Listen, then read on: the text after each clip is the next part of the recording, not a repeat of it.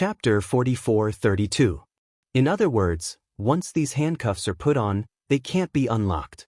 In other words, once the Sacred Hall sect handcuffs them, no matter if it's us or them, we won't be able to unlock the device. Gong Jie was furious.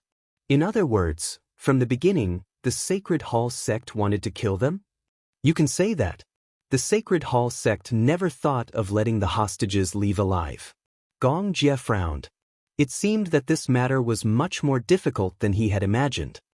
Then what about this? Red Sparrow said. First, unlock the handcuffs and bring Hurricane back. There are so many people in Hurricane, can't they figure out a way to unlock it? When the time comes, as long as they figure out a way to unlock the handcuffs, it won't be too late to unlock them. In short, the most important thing is to get the hostages out of here safely. That's true, but... Red Sparrow was finally impatient. But what? Do you think that such a big hurricane can't even unlock a simple linkage device? No, the man was obviously in awe of Red Sparrow. He said in a trembling voice, when the linkage device is activated, it will start a countdown. This kind of linkage device has a time limit. Usually, it lasts for 7 days. If the handcuffs are not unlocked after 7 days, the linkage device will automatically explode, so... Red Sparrow was completely stunned. She was also shocked by the cruelty and viciousness of the Sacred Hall sect. However, she had seen such things many times, so she was not surprised. Gong Jie's face was extremely gloomy. He had already guessed that the Sacred Hall sect was so arrogant and their way of doing things was quite extreme. When it came to dealing with hostages, they were inhumane. They didn't care about the hostages' lives. They only used them as bargaining chips.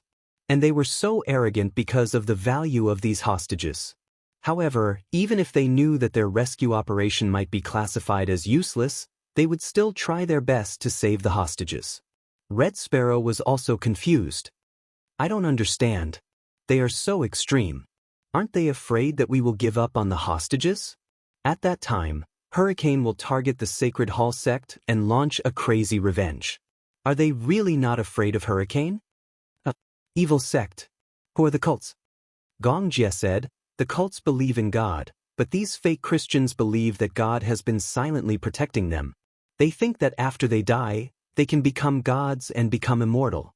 Do you think they have any sense of reason? Since they are so loyal to God, why did they ask Hurricane to provide so many munitions? Because Bishop Jim is a pretty smart, sober man. He was taking advantage of the sincerity of the cultists to amass a huge fortune. Over the years, how many families had the Sacred Hall embezzled? Jim knew the truth of the world very well, but he used such nonsense to brainwash his followers and seize their property. Those believers are all poor people who have been deceived by him. A pitiful person must have a hateful side. No matter what, we have to rescue the 3 hostages first. Chapter 44:33. Yeah, I'll negotiate with Jim when the time comes. You're going to do it yourself? Vermilion Bird was a little worried. Young Master Jie, I think it's better if you don't do it yourself. Jim is a sly old fox. Who knows what kind of trap he has set for you? What a bunch of good-for-nothings. Who are those people around him? I heard that Jim spent a lot of money to hire a team of 100 mercenaries from Europe. However, these mercenaries have varying strengths and aren't a threat to me at all. Vermilion Bird was still a little worried. That's true, but in any case, don't underestimate the enemy. Don't worry. I know what I'm doing. Vermilion Bird and Gong Jie went their separate ways. To rescue the hostages, they didn't need to bring a large number of people. 3 groups of 5 were enough. The rest of the people were to follow Gong Jie around the clock and be on standby. Gong Jie released the news that they had arrived at the port with the goods and were waiting for Jim's reply. At night, Jim quickly set a time and place. San Jose Sports Center. San Jose Sports Center used to be the largest training ground in East Africa. It used to be the venue for military drills and reviews. It was also the venue for international sports events. Ironically, the training ground that used to impart the spirit of peace was now surrounded by constant crossfire, and many civilians were killed or injured. The 5 rings that symbolized peace were still hanging at the top of the training ground. Gong Jie brought his men to the sports center. The sky gradually darkened. They had agreed on a time, but Jim still didn't show up even after a long time had passed. Perhaps his men had already arrived, but seeing that Gong Jie had brought his men here, he secretly investigated the situation. He was obviously worried that Gong Jie had brought a few thousand men with him. Jim, this old fox, was still rather afraid of death. Gong Jie turned around and said to the team of mercenaries responsible for his safety, "Go somewhere else. Don't stand here." "But, young Master Jie," Officer Vermilion Bird said, "Officer Vermilion Bird isn't here now. Besides, I'm the chief commander. You just have to listen to my orders." "But, didn't you arrange for snipers?" Gong Jie lowered his voice and asked, "Are the snipers on standby?" "It's on standby." "I'm worried that Jim's side has also sent a sniper. Where's the scout? Have him patrol the surroundings. Once he finds a sniper, kill him on the spot." "Yes, I understand." Gong Jie had arranged snipers around the training ground in advance. If Jim's side tried to harm him, they would kill him in advance. At the same time, the mercenaries would cover his safe escape. However, this was just in case. As expected, Jim did not dare to touch him. The mercenaries looked at each other and chose to listen to Gong Jie's orders, retreating to different places. It was just as Gong Jie had expected. Before long, Jim appeared with his men. Gong Jie sneered. This Jim was indeed a cunning old fox. He had been here for a long time, but when he saw such a big lineup, he felt afraid and didn't show up. A man walked over from afar, followed by a few strong bodyguards. Although they were dressed simply, Gong Jie knew that these were mercenaries disguised as evil sect members who were responsible for Jim's safety. Jim was dressed in a gray suit and leather shoes. He had a head of black hair and a deep outline. He was a typical white European. Chapter 44-34. "You are the chief commander of Hurricane, Gong Jie?" Jim came up and greeted him. Gong Jie was too lazy to talk nonsense with him. "Where are the hostages?" "Don't be in such a hurry." Jim laughed. "I've already made arrangements for the 3 hostages. When it's done, I'll return the 3 hostages to you." Would they really be returned unscathed? Jim didn't mention it. He only said that he would return the hostages. Who knew if he would return the hostages alive or 3 corpses? Gong Jie expressed his doubts. He raised his wrist and looked at the time. He said coldly, 3/4 of an hour later than the agreed time. "Is this your so-called sincerity?" "Sorry, I can't see it." Even though Jim had 3 hostages in his hands, Gong Jie's aura was still biting cold and his posture was extremely domineering. He knew in his heart that with Jim's personality, the more he tried to please him and the more subservient he was, the more unscrupulous he would become. Forceful words would instead make him soften his attitude slightly. Gong Jie was very good at reading people. When a person stood in front of him, he didn't need to talk. He could tell the person's personality just by looking at the expression between their eyebrows and the small details. When Jim heard this, he wasn't angry. Instead, he said humorously, "You know, there's fighting everywhere now. It's already not easy for me to come to the agreement alive." Gong Jie asked again, "Where are the hostages?" Jim was silent for a while. He looked at Gong Jie warily. Although he was alone, he had already sent people to check before he came. A group of mercenaries had escorted him here. This meant that these mercenaries were hiding in a hidden corner. If they did anything to him, then the mercenaries hiding in the dark would shoot him dead at any time. Gong Jie's tough attitude was the perfect proof. "I'll give you the goods at the same time." Jim had no intention of backing down. "I have to see the goods, verify them, and count them. Only then will this deal be valid." After a pause, he said, "However, I can't let Hurricane's people come here for nothing. I can't take so many goods for nothing." He gave him a look. One of his men immediately brought up an iron suitcase and placed it in front of Gong Jie. If Zhu Ke was by Gong Jie's side at this time, she would definitely be on high alert. This was because no one knew what was inside the iron suitcase. However, Gong Jie did not expect that there would be any dangerous devices in the box. It would do Jim no good to kill him. Jim's goal was very clear. It was the order worth tens of millions of dollars. Gong Jie's life meant nothing to him. Don't worry, there aren't any explosives inside. Jim explained. Inside, there's some diamond raw materials. After it's done, I'll also give you a few 100 kilograms of heroin as a reward. Haley Quinn? Gong Jie did not accept the offer immediately. Instead, he rejected it coldly. Hai Luo Yin is of no use to me. Hurricane never does business like this. Looks like Hurricane looks down on the drug business. Jim disagreed. But what's the use of drugs and munitions? They're all life-threatening things. Hurricane doesn't have to think so highly of themselves. I'll say it again. Chapter 44-35. Jim was extremely displeased with Gong Jie's haughty attitude, and his expression was already a little ugly. In fact, Gong Jie was stalling for time.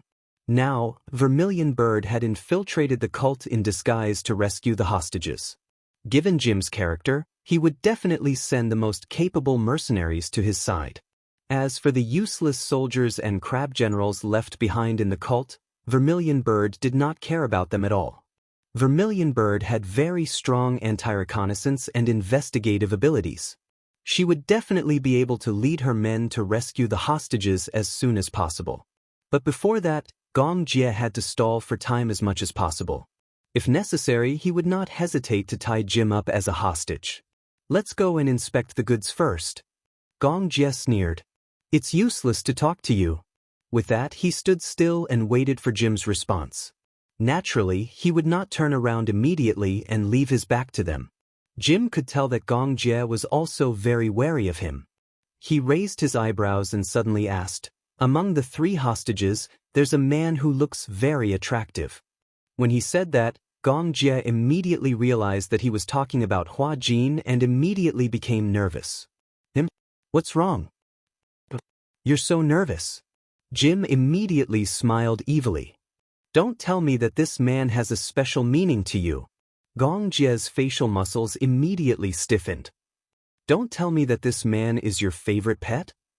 This sentence undoubtedly angered Gong Jie. Favorite pet? This wasn't a nice way to address him. From what he knew, Jim liked women, but he also liked men. As long as it was attractive, he was very interested in it. To him, whether it was a man or a woman, they were just for his amusement. In other words, men and women were like dogs. They were pets, not humans. Obviously, he said this because he regarded Hua Jin as a pet in his eyes. There was no difference. He treated Hua Jin as Gong Jie's plaything, but such blasphemy made Gong Jie unhappy. He swore that when Hua Jin, Alice, and Natalia returned safe and sound, Hurricane would wash the headquarters of the Temple of Light with blood. What was there to be embarrassed about? It's not a rare thing for a man to like another man. Jim said, men and women are the same, they are all living creatures. In this world, there are only differences between gods, devils, humans, and ghosts. However, I am different from you. I am a god. Therefore, to be able to receive my gift is a great favor. If young Master Gong is interested, I have some pets for you to choose from. If you don't mind, you can pick a few pets and bring them back. It's not impossible. It's also a gift from me to Hurricane. Gift favor? What a disgusting metaphor. Gong Jie's face was full of disgust, but he didn't show it. He said indifferently, it's getting late. I think you should also want to check the goods as soon as possible and then finish this business. Everyone's time is precious. Don't waste it on these boring things. Okay. Are the goods at the port? The port. It doesn't seem safe to trade at the port. Jim was also thinking. Why don't we transport the goods here? It was too risky to haul the goods back from the port. Chapter 44-36. Impossible. Gong Jie rejected him directly. He had no intention of handing these goods over to Jim. Doing this was just a delaying tactic. He was stalling for time so that Vermilion Bird would have more chances to rescue the hostages. Jim narrowed his eyes, secretly sizing up Gong Jie, and bluntly expressed his worries. If I follow you to the port, I don't know if you have any troops stationed there. When I reach the port, if I am ambushed by your men, wouldn't it be a waste? I won't take the risk like this. Gong Jie smirked. If I have any thoughts about you, I can get rid of you right here. How can you guarantee that? Gong Jie smiled coldly, and then he snapped his fingers lightly. The next second, the mercenary standing closest to Jim was shot in the head by a sniper in the distance. The whistling bullet instantly penetrated the mercenary's head, and the warm blood splashed on Jim's body. The corner of his mouth that had not yet cooled down was stained with a trace of blood at the same time. Jim suddenly froze. Gong Jie raised his eyebrows. Is this enough to prove it? The mercenaries beside Jim reacted quickly, and almost at the same time, they pointed their guns at Gong Jie. Gong Jie had both hands in his trouser pockets, and in the face of the other party's hostile aura, he appeared indifferent. He did not think that Jim would dare to let these mercenaries shoot. And the more calm Gong Jie was, the more restless Jim became. He waved his hand and roared, "Damn it! Put down your guns. Do you want to kill me?" If they fired at Gong Jie, before Gong Jie fell, he would have been shot dead by the sniper in the distance. Jim was scared to death. Gong Jie glanced at him disdainfully. "Do you really think that I came here for the 3 hostages? Jim, if you don't even have the attitude to personally inspect the goods at the port, not to mention you, even these mercenaries beside you won't be able to live for long." His tone was unyielding. However, being tough also required the ability to be tough. Jim knew very well that Gong Jie had the right to be tough. However, he was also certain that Gong Jie would not kill him so easily. He already knew this before he rushed over. This time, what awaited him was not a deal, but a game between the two sides. Jim also vaguely realized that perhaps the Gong Jie was stalling for time. At this moment, he might have already sent out troops to search for the 3 hostages. However, he was also very sure that the lives of the 3 hostages were in his hands. This was also the last bargaining chip in his hand. "Gong Jie, I can go with you to the port, but I'm warning you, you better not play any tricks. Otherwise, if anything happens to me, those 3 hostages will definitely not be alive." Gong Jie had sent out Vermilion Bird. Even if he managed to find the hostages, he had to break through the encirclement of the heretics. If he managed to kill his way out, then Gong Jie would become a wanted criminal by the peacekeeping forces. Although they were members of an evil sect, they did not have the right to be shot to death. Gong Jie's expression was very ugly. He only prayed in his heart that Vermilion Bird could find the 3 hostages as soon as possible. "Lead the way to the port." Jim took a step back. Chapter 44-37. Vermilion Bird's voice could be heard clearly through Gong Jie's earpiece. "Young Master Jie, we've found Natalia." Gong Jie secretly heaved a sigh of relief when he heard that. However, he didn't show it, and he didn't dare to let his guard down. When they arrived at the harbor, the cargo ship immediately brought down a ladder. Gong Jie turned around and said to Jim, "The ship is full of firearms. For safety reasons, all of you should unload your guns and board the ship." "Unload our guns?" Jim finally couldn't take it anymore. "Heh, Gong Jie, you can't be thinking of kidnapping us as hostages, right?" Gong Jie narrowed his eyes and said coldly, "The ship is full of my men. There are also Hurricane's assault troops stationed at the harbor. Even if you don't unload your guns, you won't be able to resist once you're here." After a pause, he smirked coldly. "Oh, I seem to have forgotten. From the moment you angered Hurricane, the Sacred Hall sect was already at the end of their rope." Jim's face was slightly embarrassed. The muscles on his face twitched slightly. Thus, he turned around and waved his hand lightly. The dozens of mercenaries looked at each other, somewhat unwilling. They were mercenaries who risked their lives. They couldn't go against their employer's orders. But if they had to gamble their lives for a few $100,000, and it was a meaningless gamble, they were unwilling. In their eyes, their lives were more important than benefits. The most outstanding and most useless mercenary organization in the world was Mercenary Paradise, which belonged to Hurricane Group. The mercenaries who came from Mercenary Paradise were all veterans who had fought in various battlefields all over the world. Some of them were even young mercenaries who had undergone high-intensity training since they were young. They were loyal to Hurricane and wouldn't hesitate to risk their lives for it. Hurricane's benefits were far more important than their lives. Not every mercenary was willing to risk their lives for their employer, especially when it was obvious that it was dangerous.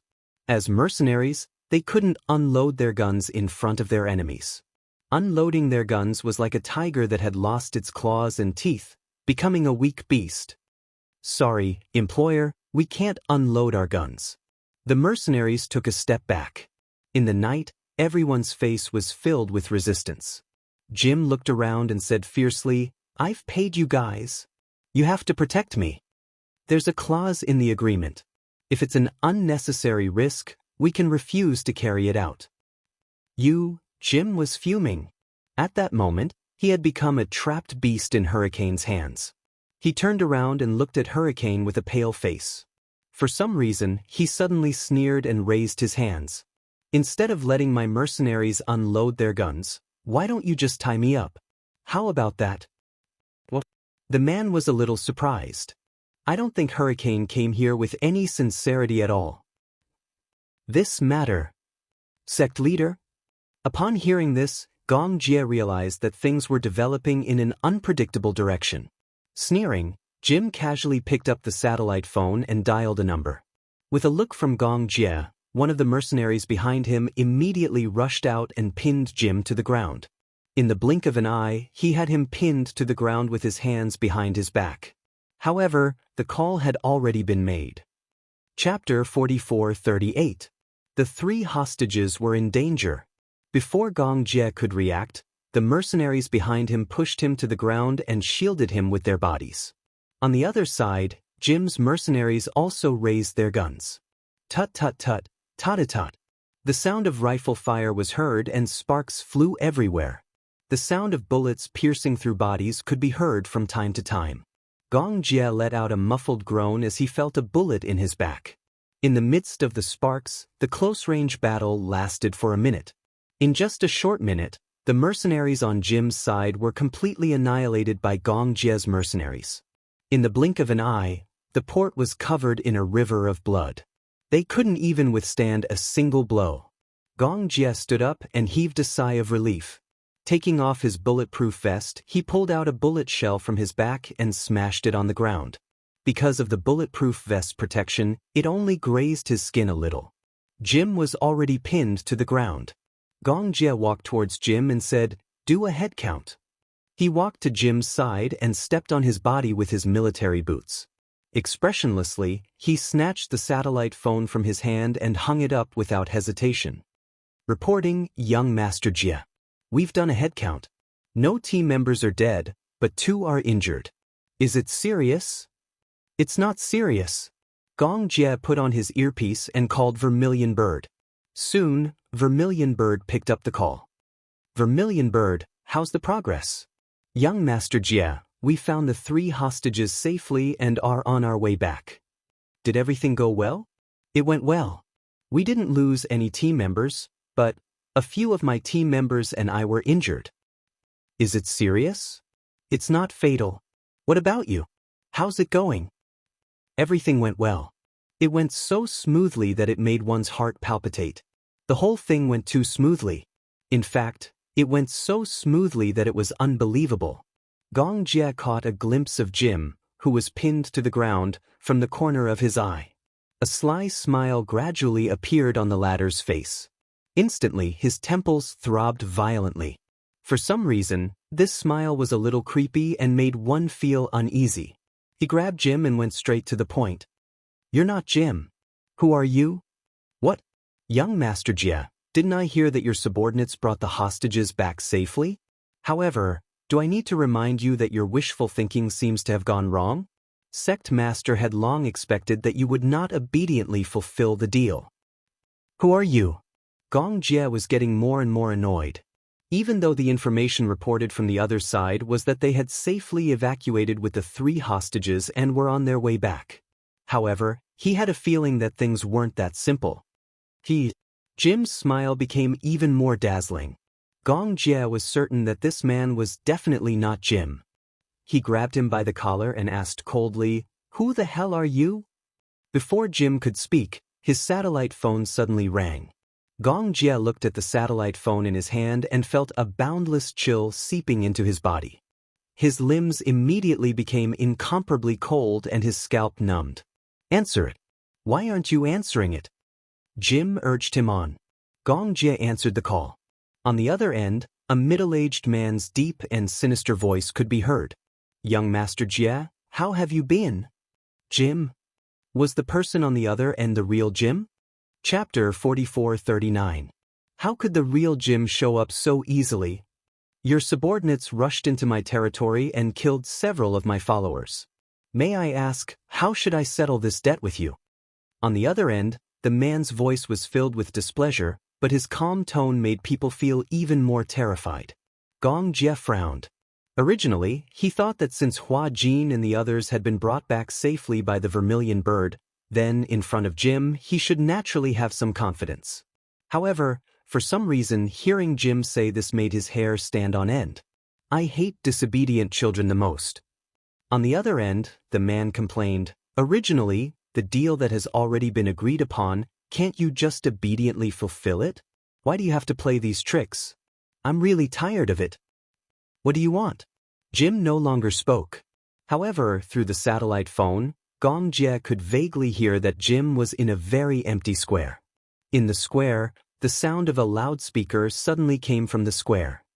The war in this world has never stopped, just like the endless night, never seeing the dawn.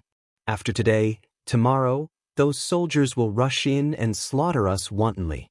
The souls that die in the hands of those soldiers will all become the puppets of those devils. They will tightly grip the throats of our souls. We will no longer have a future. We will no longer have eternal life. Immediately after, through the satellite phone, one could clearly hear the cheers of the believers in the square, as well as the cries of some women and children. All the voices were mixed together, like a sad song before one's death. Let us use our lives as a sacrifice to the great Jesus Christ. He will bless our souls and lead us to paradise. Tonight, everyone will die. If you truly love me, then please die with me. Those who survive, the government will not let you go, the armed forces will not let you go, even the hurricane will not let you go. We will fight to the death with those devils, but, please forgive me, in the end, I will use all of our souls as a sacrifice to the dawn of this world. The voice clearly came from Jim. His voice was very recognizable, high, and powerful. Today we will all die, but tomorrow he will resurrect us. In the next second, the satellite phone was cut off. Gong Jie was already drenched in cold sweat. He immediately put on his headset and contacted Vermilion Bird. The Vermilion Bird quickly picked up the call. What's wrong, young Master Jie? Are you sure you brought the 3 hostages back safely? Gong Jie said, it wasn't the real Jim who showed up. Just now on the satellite phone, I heard all the believers gathered in the square, and Jim seemed to be making a declaration. The Sacred Palace sect has a very large plaza. When I left with the 3 hostages, I saw from afar that there was a very large barrel in the middle of the podium. Bucket? The Vermilion Bird told him the whole story in a concise and comprehensive manner. The Sacred Shrine sect wasn't big and only had a few thousand followers. However, when they were rescuing the hostages, a male heretic who was guarding the hostages actually begged them to take him away. Chapter 44:40. At night, Jim will summon all his followers to gather in the square. Everyone will drink the highly toxic strawberry juice and commit mass suicide. Moreover, he will burn a living person as a sacrifice before dawn. At this point, Red Sparrow suddenly shuddered. She turned around abruptly and looked at the 3 hostages in the back seat. She had been in such a hurry that she had not checked carefully. Zhu Kei frowned. She immediately pulled out the dagger tied to her thigh and neatly cut a hole in the cloth bag. Natalia let out a muffled groan. She was obviously frightened. Beside him, Alice was visibly trembling as well. The third one, on the other hand, was apparently very calm. Red Sparrow cut open the cloth bag on his head and saw an unfamiliar face. He had dark skin and a chiseled face. He was a typical East African. Where's Hua Jin? Red Sparrow exclaimed. Gong Jie suddenly became nervous. What's going on? Hua Jin is not here. What? Oh no! This is a human bomb. Get out of the car! Get out of the car! It was a mess on the other end. When Red Sparrow cut open the cloth bag, she also heard the countdown of the time bomb on his body. She immediately ordered the driver to stop the car and open the door. She carried Natalia in one hand and Alice in the other. Before the car came to a stop, she jumped out of the car recklessly. Just a few seconds after the people jumped out of the car, the bomb on the other hostage exploded, destroying the car along with it. The powerful explosion shattered the radio system. Gong Jie heard a shrill sound coming from his earpiece. He immediately took it off and turned his head to look at the fake Jim beside him. He grabbed the man's collar and asked fiercely, "Where is the other hostage?" "Speak." Just kill me. Anyway, I won't say anything even if I die." When Gong Jie heard this, the corners of his mouth curled into a cruel smile. "Is that so?" He grabbed the defense master that was buckled around his waist, squatted down, and put the blade against his cheek. "You're not going to tell me?" The man glanced sideways at the blade that was pressed against his skin. With Gong Jie's pressure on his wrist, the sharp blade quickly cut open a wound on his skin. It was not that there was no fear in his heart. He was not afraid of death, but he was instinctively afraid of something more painful than death. "Are you going to tell me or not?" Gong Jie grabbed him by the throat. "Speak." The man didn't say anything for a long time. He gritted his teeth and closed his eyes, as if waiting for death to come. However, how could Gong Jie let him have his way so easily? He was determined to get information out of him, but since the man was so tight-lipped, it wasn't like he didn't have any tricks up his sleeve. Gong Jie flipped his hand and used the tip of the knife to ruthlessly pierce the skin on his face. Furthermore, he forcefully gouged out a bloody wound. He knew best how to inflict the most pain on others without causing them to die from excessive blood loss and severe injuries. His subordinates had experienced the cruelest torture in the world. Therefore, he knew how to inflict pain on others without causing them to die. "It's okay if you don't say anything. However, I won't kill you right away." Gong Jie's breathing was heavy. He leaned close to the man and forcefully gouged out half of his skin with the defense master in his hand. Chapter 44-41. Gong Jie pulled out his knife and stabbed it into the man's thigh. It was extremely painful, but it was not fatal. Gong Jie questioned sternly, "Are you going to talk or not?" The man's will finally wavered and he began to beg. "Just kill me. Just kill me. Don't torture me anymore. I'm warning you, I'm giving you one last chance. Otherwise, I have plenty of ways to torture you until you wish you were dead." Gong Jie gave him another backhand stab and stabbed him in the waist. The man screamed like a pig being slaughtered. It was incomparably mournful. "I'll talk." The man trembled all over and said with difficulty, "The cult leader is very kind and righteous. He thinks that man has the blood of the Son of God, and he wants, what does he want? He wants to use that hostage as a final sacrifice. He has decided to use that Son of God as a sacrifice. Tonight, all the believers will gather in the square and then accept the cult leader's final favor and follow him with their lives." Gong Jie was stunned when he heard this. He suddenly recalled Vermilion Bird's words. The bucket in the square is filled with strawberry juice that has been laced with cyanide. Tonight, Jim will summon all the believers to gather in the square. Everyone will drink the highly toxic strawberry juice and commit mass suicide. Moreover, a living person will be burned as a sacrifice before dawn. Today we will all die, but tomorrow he will resurrect us. Mass suicide? That was insane. Gong Jie questioned, "Sacrifice?" The man replied, "The cult leader plans to tie him to the cross and burn him with fire." "What?" Everyone looked at each other in disbelief. They could not believe that there was such a crazy thing. Gong Jie was furious. Where is he now? Now he should be taken to the square, right?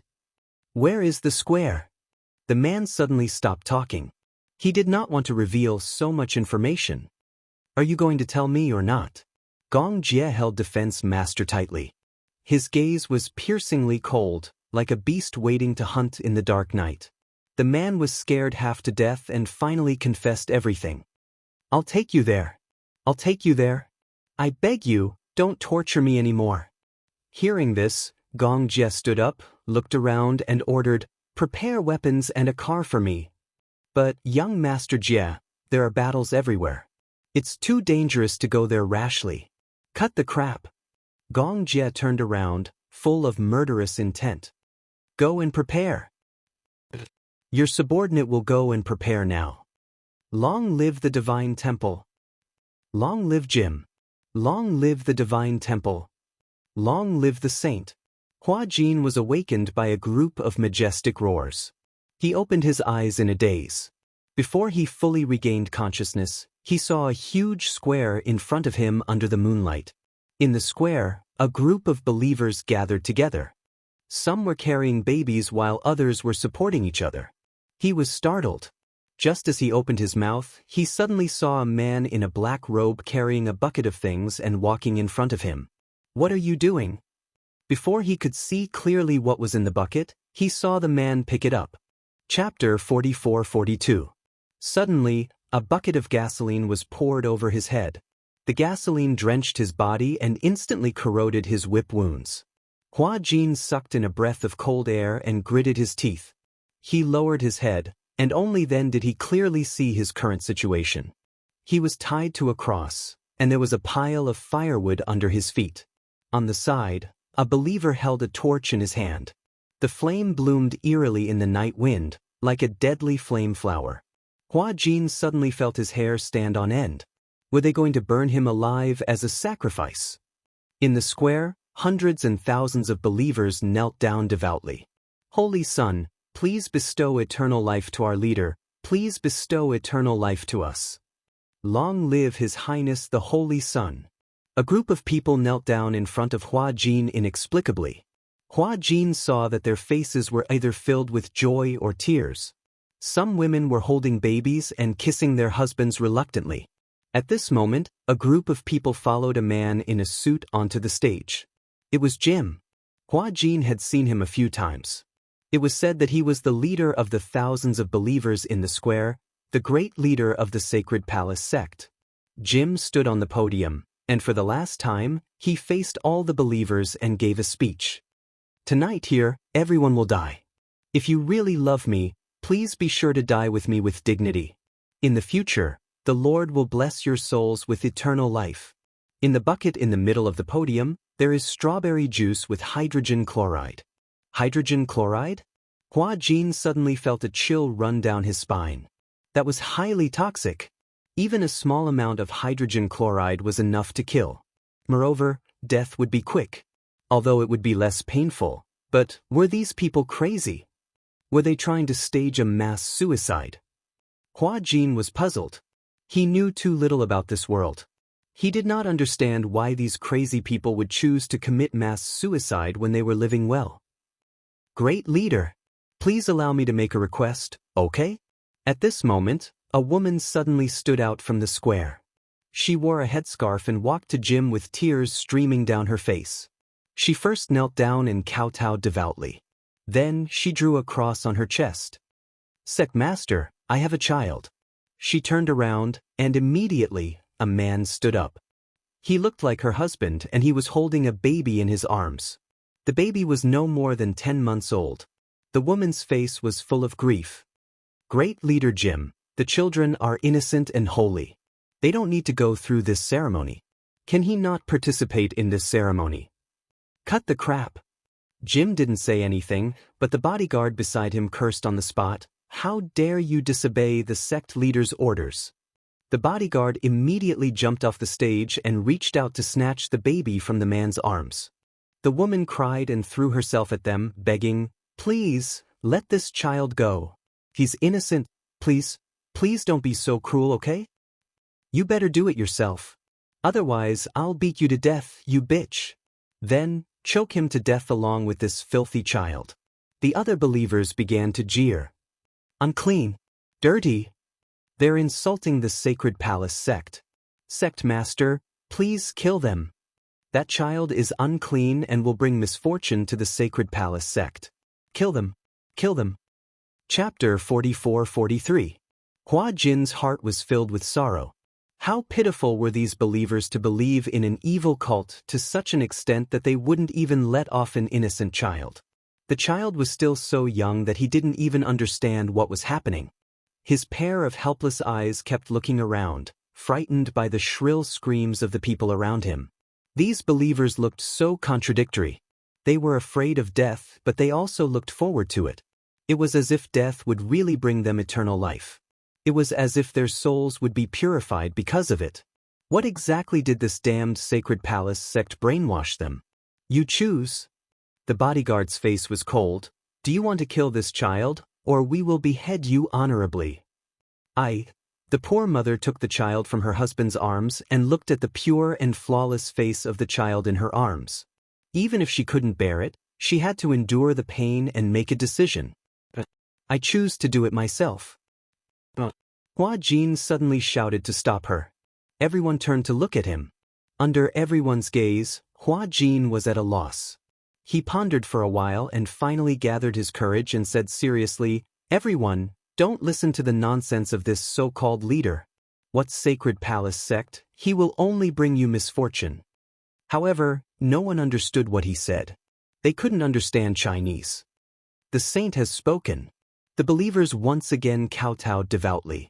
A sense of powerlessness suddenly engulfed his whole body. Hua Jin could only watch helplessly as the mother let out her last sorrowful wail. Immediately after, she was forced to take a glass of strawberry juice from the bodyguard. Her heart ached, but she forced the child's mouth open and slowly poured the sweet but poisonous strawberry juice into the child's mouth. The poison took effect very quickly. The child cried a few times, then suddenly straightened his legs and stopped moving. His pair of clear eyes immediately darkened. The mother's tears fell like rain. She poisoned her own child with her own hands. My child, her husband beside her also cried bitterly. There was nothing more painful than killing your own child with your own hands. However, at this moment, under the baptism of the evil cult's teachings, the believers who had long lost their humanity began to cheer. Let us welcome this great moment. As soon as he finished speaking, believers continuously walked up to the podium, picked up the strawberry juice, and drank it in one gulp. An old man began to resist. I don't want it. I want to leave this place. I don't want to die. I don't want to drink that. He finally had a mental breakdown. He struggled continuously, pushing aside the crowd in an attempt to escape. However, a believer pushed him to the ground and a few people stepped on him.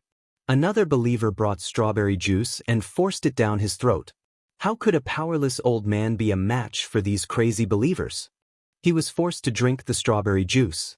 He convulsed and fell to the ground. Then he stopped moving.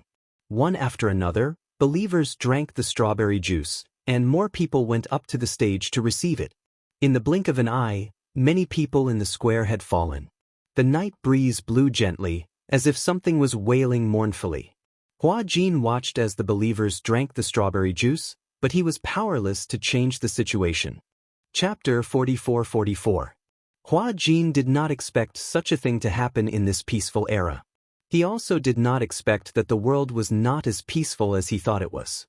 He had always lived in a peaceful country. It was hard for him to imagine such cruel things.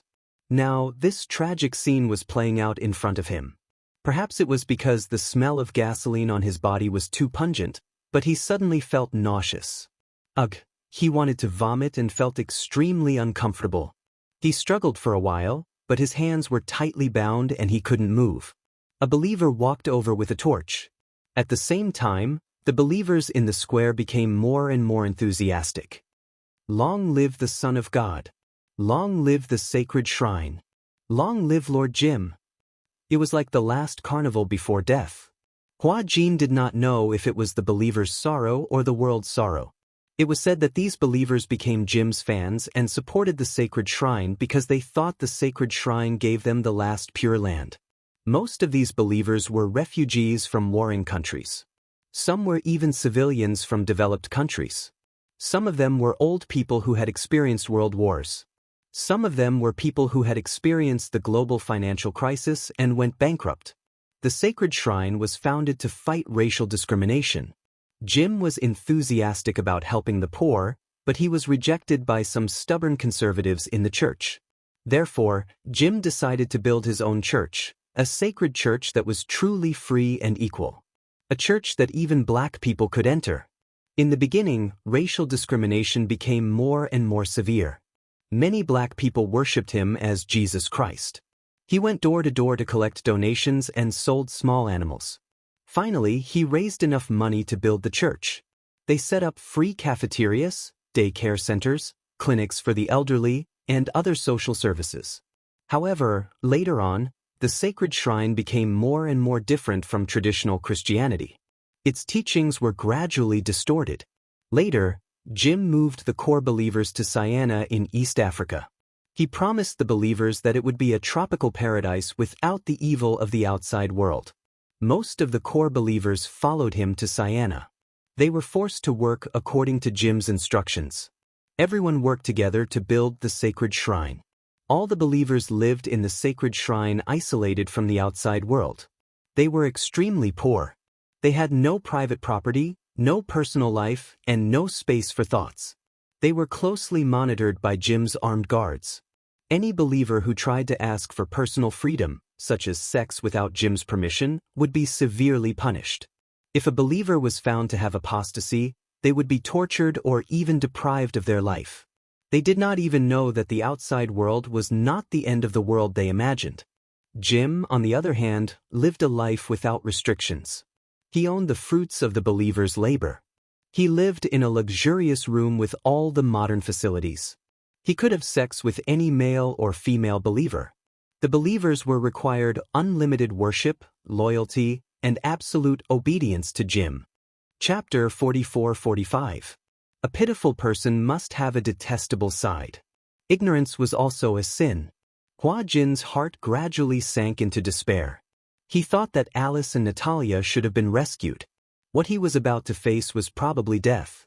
At this moment, he suddenly envied those believers. After drinking the strawberry juice that contained hydrogen chloride, they died without much pain. What he was about to face was a raging fire. In the square, some people obediently drank the strawberry juice, while others resisted. However, in the end, those who resisted were shot to death, strangled to death, or injected with cyanide. Jim sat on the throne, trembling as he took out a pistol from the hidden lining of his suit and calmly loaded it. However, when he pressed the muzzle to his temple, his emotions suddenly became agitated. "I will be immortal for all eternity. Everyone must follow me." He suddenly shouted, "Mother! Mother! Burn the holy sun! Burn the holy sun!" The screams became fiercer and fiercer. Hua Jin looked at the people holding torches getting closer and closer. His whole body trembled as he closed his eyes. However, in the next second, the roar of a car came from the end of the square. Immediately after, when the believer raised his hand and was about to throw the torch to the firewood at Hua Jin's feet, two thunderous gunshots echoed. One gunshot was Jim's suicide by swallowing a bullet. The other shot was fired from the end of the square. The bullet accurately pierced the believer's wrist. The torch fell to the ground and ignited the oil barrel at his feet. The fire immediately spread. The believer's body was instantly on fire. He screamed and panicked as he rushed to the crowd in the square. "Ah, go away! This is the fire of sin. Go away!" The square instantly went out of control. Hua Jin looked at this scene in a daze. He looked in the direction of the gunshots and saw an off-road vehicle breaking through the encirclement of the believers and speeding toward him. A soldier mounted a light machine gun on the sunroof of the car and fired at the armed forces that were swarming toward them. The car stopped below the stage. Gong Jie pushed open the car door and got out. With a single stride, he effortlessly stepped onto the stage and walked toward Hua Jin. At this moment, Hua Jin was already shocked speechless. "Gong Jie, how are you?" When Gong Jie saw the whip wounds all over his body, his eyes were burning with anger. Damn it! What did these people do to him? Did they use private punishment? What are you doing here? It's too dangerous here. If I didn't come, you would have died. But what? Shut up. Gong Jie had a murderous look on his face. His murderous aura was so strong that Hua Jin didn't dare to speak for a while. Gong Jie had just untied the ropes around his arms when Hua Jin caught sight of a believer walking toward Jim from the corner of his eye. At this moment, Jim had already fallen on his cult leader's throne and shot himself. Only his cold body was left. The believer took the gun from Jim's hand and reloaded it. Then he aimed it in the direction of Hua Jin and Gong Jie. Beneath their feet was firewood soaked in gasoline. Once the bullet hit the firewood, it would explode violently. Danger! The moment the believer opened fire, Hua Jin suddenly pushed Gong Jie to the side. Chapter 44-46. Gong Jie climbed up nimbly, grabbed Hua Jin's collar, and jumped off the stage. Hua Jin's skills were not as good as his. He stumbled all the way until he was thrown into the car. Gong Jie also got into the car. The machine gunner, who was standing at the sunroof, swiftly loaded his gun. Amidst the hail of bullets, he was shot in the shoulder. "Young Master Jie, I've been shot. We have to get out of here as soon as possible." Gong Jie stepped on the accelerator, and the car suddenly sped forward. The believers who had surrounded them were scared into retreating. The light machine gun had a total of 100 bullets, and it had been firing all the way. At this time, there was no way to control whether the bullets were aimed at the armed forces or civilians. At this time, anyone who pounced on the car was identified as a militant by the machine gunner and shot dead one by one. It was especially at this time that they could not compromise with so-called kindness. In a moment's time, they could be the ones to die here. Gong Jie drove the car, charging straight ahead. He tried his best to find an empty road with no one around. However, someone shouted from outside the car, and those crazy believers persevered and pounced on the car. It was obvious that they wanted to use their bodies of flesh and blood to block their way. Hua Jin shrank into the corner of the car. There were many militants outside the car, and they were all armed. He could not help Gong Jie much, and he could only try his best to protect himself and avoid unnecessary harm. During this time, Hua Jin vaguely felt that the car had run over something. A corpse? Or a living person who had been rolled under the wheels? He covered his face in shock, not daring to think too much. The machine gunner was still defending his last position. All of a sudden, Hua Jin felt a warm liquid splashing on his face. He looked up and saw that one of the machine gunner's arms had been injured by a bullet. Blood was gushing out endlessly. "You're injured." However, the machine gunner could not hear him. He had followed Gong Jie to rescue Hua Jin. He already knew that following Gong Jie this time would not bode well for him. On the way here, one of his brothers had died in the smoke. He had never thought of leaving alive. He only wanted to use his body of flesh and blood and his astonishing willpower to escort Gong Jie and Hua Jin out of this place. This was his mission. The car left the square without a hitch, and soon left the believers far behind. However, Gong Jie still did not dare to let down his guard. "Leo, how are you?" He looked straight ahead, held the steering wheel, and asked the machine gunner. However, there was no response for a long time. Hua Jin carefully patted the machine gunner's waist, but there was no movement for a long time. An ominous premonition arose in his heart. "Is it important? Are you okay?" He carefully carried Leo back to his seat. Only then did he realize that Leo's throat had been injured by a bullet and was badly mutilated. Blood gushed out, but he still maintained the posture of hugging the machine gun. His eyes were opened in a daze, and his whole body was trembling. With his throat injured, he could no longer speak. Even if the environment was not so harsh, Hua Jin knew that the machine gunner named Leo was probably dead. "What should we do?" "Gong Jie, he's seriously injured." Gong Jie held the steering wheel tightly. His bloodshot eyes looked at Leo through the rearview mirror. Chapter 44-47. Bang! A loud sound was heard. Gong Jie fired. In an instant, the bullet hit the oil stain on the bottom of the car. In an instant, flames spread all the way and surrounded the oil cylinder. The car exploded and flipped over. "Let's go. We can't stay here for long. If the explosion alarms the nearby army, it won't be good if they rush over." Hua Jin said, "How do we go? Where are we going?" "To the port. Most of the troops are waiting there. But first, let's find a place and let them send troops to pick us up." "Okay." Hua Jin followed Gong Jie. He knew in his heart that most of East Africa had fallen into the smoke of war. Originally, it was only a small-scale battle. However, it had evolved to a larger and larger scale. The car rampaged all the way. Along the way, Hua Jin watched the car pass through the rain of bullets. It was hard to imagine that if they were a step later, they would be completely surrounded by the armed forces. At that time, the consequences would be unimaginable. What he didn't expect the most was, originally, he had completely given up in his heart. However, he didn't expect that Gong Jie would take such a big risk to rush over to rescue him. Was he not afraid of death? Knowing that the whole of East Africa was covered in the flames of war, he dared to drive a jeep into the divine temple. This time, thank you, Hua Jin still had lingering fear. He didn't hide his gratitude at all. Gong Jie turned around and glanced at him. What are you thanking me for? Thank you for rushing over to save me. Humph. Gong Jie became arrogant. Do you think I rushed over here to save you? What else? If it wasn't for sister repeatedly asking me to take care of you, I wouldn't have bothered. The grateful smile on Hua Jin's face gradually disappeared. This Gong Jie. He even said that he was touched. He was touched for a long time. He didn't expect that it was because of this reason. Besides, what are you thanking me for? If it wasn't for the grudge between Hurricane and the Divine Temple, you wouldn't have been implicated. Grudge? How could the Divine Temple have a grudge with Hurricane? Hua Jin took a few steps forward. What's going on? Surprisingly, Gong Jie was patient enough to tell him everything in detail. The Sacred Palace sect is at their wits' end. Originally, he had fled to East Africa to find a paradise that was conducive to the development of the church. He did not expect that a war would break out.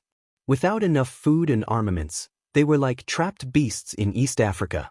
That's why he's doing everything he can to kidnap Hurricane as a hostage. He wants to use this hostage to threaten Hurricane. Hua Jin muttered to himself, why does Hurricane make enemies wherever he goes? Gong Jie turned around. What did you say? No, nothing. In that case, he was the one who was implicated? The thought of Professor Romanka's tragic death made him even more fearful. Do people really have a destiny? Among the four of them, only Professor Romanka did not escape the disaster. Romanka is dead. He was beheaded by those disciples. I know. Do you know? Yes. The Divine Temple sect sent a beheading video a few days ago to provoke Hurricane. Hua Jin didn't know that the game between Hurricane and the Divine Temple sect was so dangerous.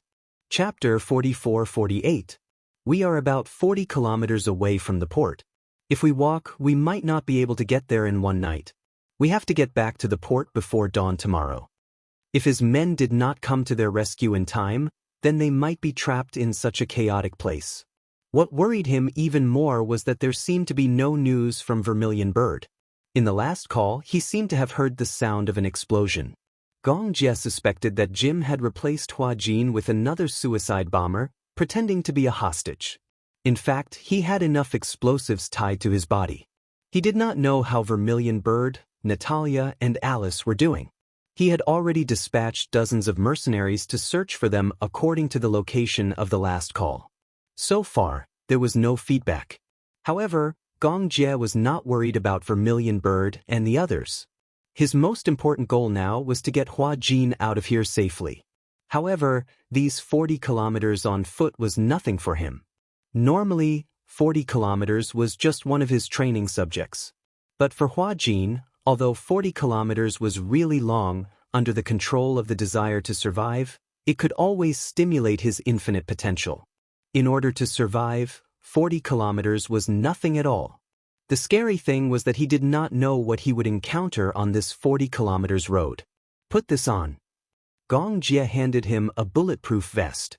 Hua Jin took it, but did not expect the bulletproof vest to be far heavier than he imagined. Why is it so heavy? Because it is a bulletproof vest. Is it?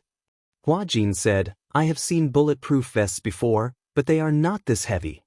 Hua Jin put on the bulletproof vest and muttered, this is like making me walk 40 kilometers with this weight. It's killing me. Of course, a normal bulletproof vest is not this heavy. Why? Because Gong Jie walked in front of him, stretched out his hand, pulled out a straw from the vest, and opened the valve. There is a filtration device in here, and there is some water in it. If they ran out of water, as long as there was a water source, they could replenish themselves. When the water was pumped inside, it would go through a circulation device and be converted into a standard that could be consumed by the human body. In addition, this is a special grade bulletproof vest. Apart from heavy sniper bullets, it can withstand bullets of many types and ranges. As he spoke, he put the bulletproof helmet on the man's head again. Hua Jin felt that this helmet was many times heavier than the heavy headwear on set. I feel like my whole body is heavy. He happened to be thirsty. Hua Jin took out a straw and greedily drank a few mouthfuls. Although it was filtered, the filtered water still had an inexplicable fishy smell. He frowned. Although it tasted bad, he still drank a few mouthfuls. He was too thirsty. It had been a few days since he drank such a refreshing mouthful of water. His lips were already extremely dry and cracked. Gong Jie looked at him and felt an inexplicable heartache. Oh, I think I drank so much and there's not much left in there. There's no rush. I still have some in my clothes. Is this water enough for us to walk more than 40 kilometers? I don't know if there is any river in front. If there is, it won't be a problem to replenish it. The important thing is, gulp. Chapter 44-49. Before he could finish his sentence, Gong Jie heard a wailing sound coming from Hua Jin's stomach. He looked at Hua Jin, and the latter suddenly became embarrassed. This? Hungry? You haven't eaten well these few days, right? Here. Gong Jie took out a bag of dry food from his backpack. Hua Jin took it, but he was a little hesitant. What about you? Do you still have dry food? No more. This is compressed dry food.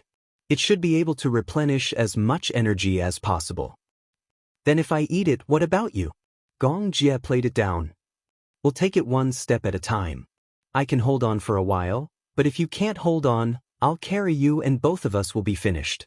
As he said that, he added, let's see if we can hunt some living creatures at night. Living creatures? Yes, for example, wild rabbits and wild deer. Roast them. You know how to hunt? Yes, this is the basic survival skill of the wild. Hua Jin followed Gong Jie's footsteps. He quietly ate the dry food, but his heart felt warm. Although Gong Jie didn't seem to be a very meticulous person, the more dangerous the situation was, the more his concern was the greatest encouragement and comfort to Hua Jin. At the same time, there was an indescribable sense of security. Although he was in a predicament with his brother around, he had a feeling that no matter how great the danger was, it was nothing compared to his brother's presence. At night, Gong Jie found a mountain with a natural cave.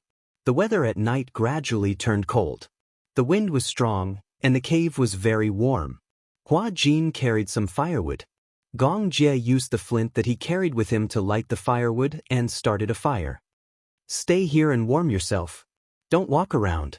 I'll be back soon. Where are you going? Gong Jie said, to find something to eat. After saying that, he left the cave.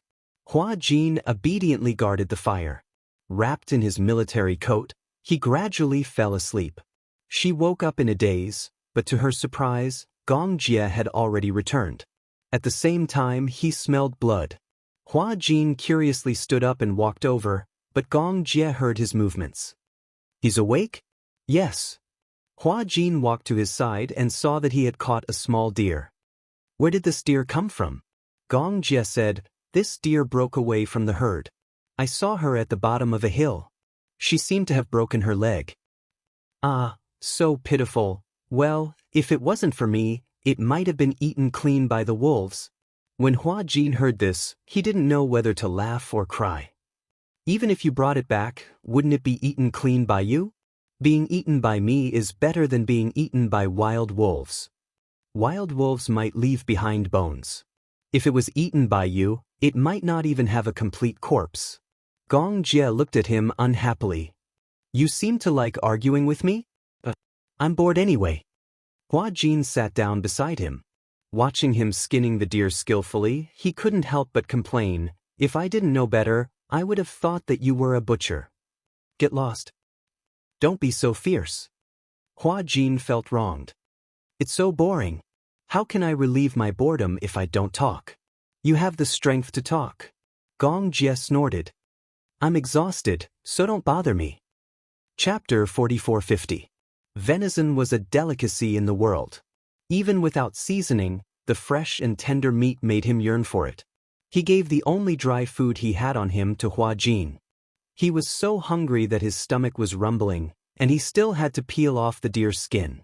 God knew that he was almost drooling when he looked at the venison. Fortunately, his luck was good.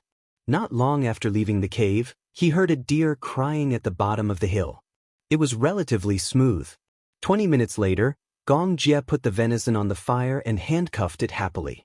Zili, the meat was on fire and made a beautiful sound. Gulp, Gong Jie licked his lips and his eyes widened. Hua Jin looked at the venison skewers on the rack, constantly rotating and handcuffing them evenly.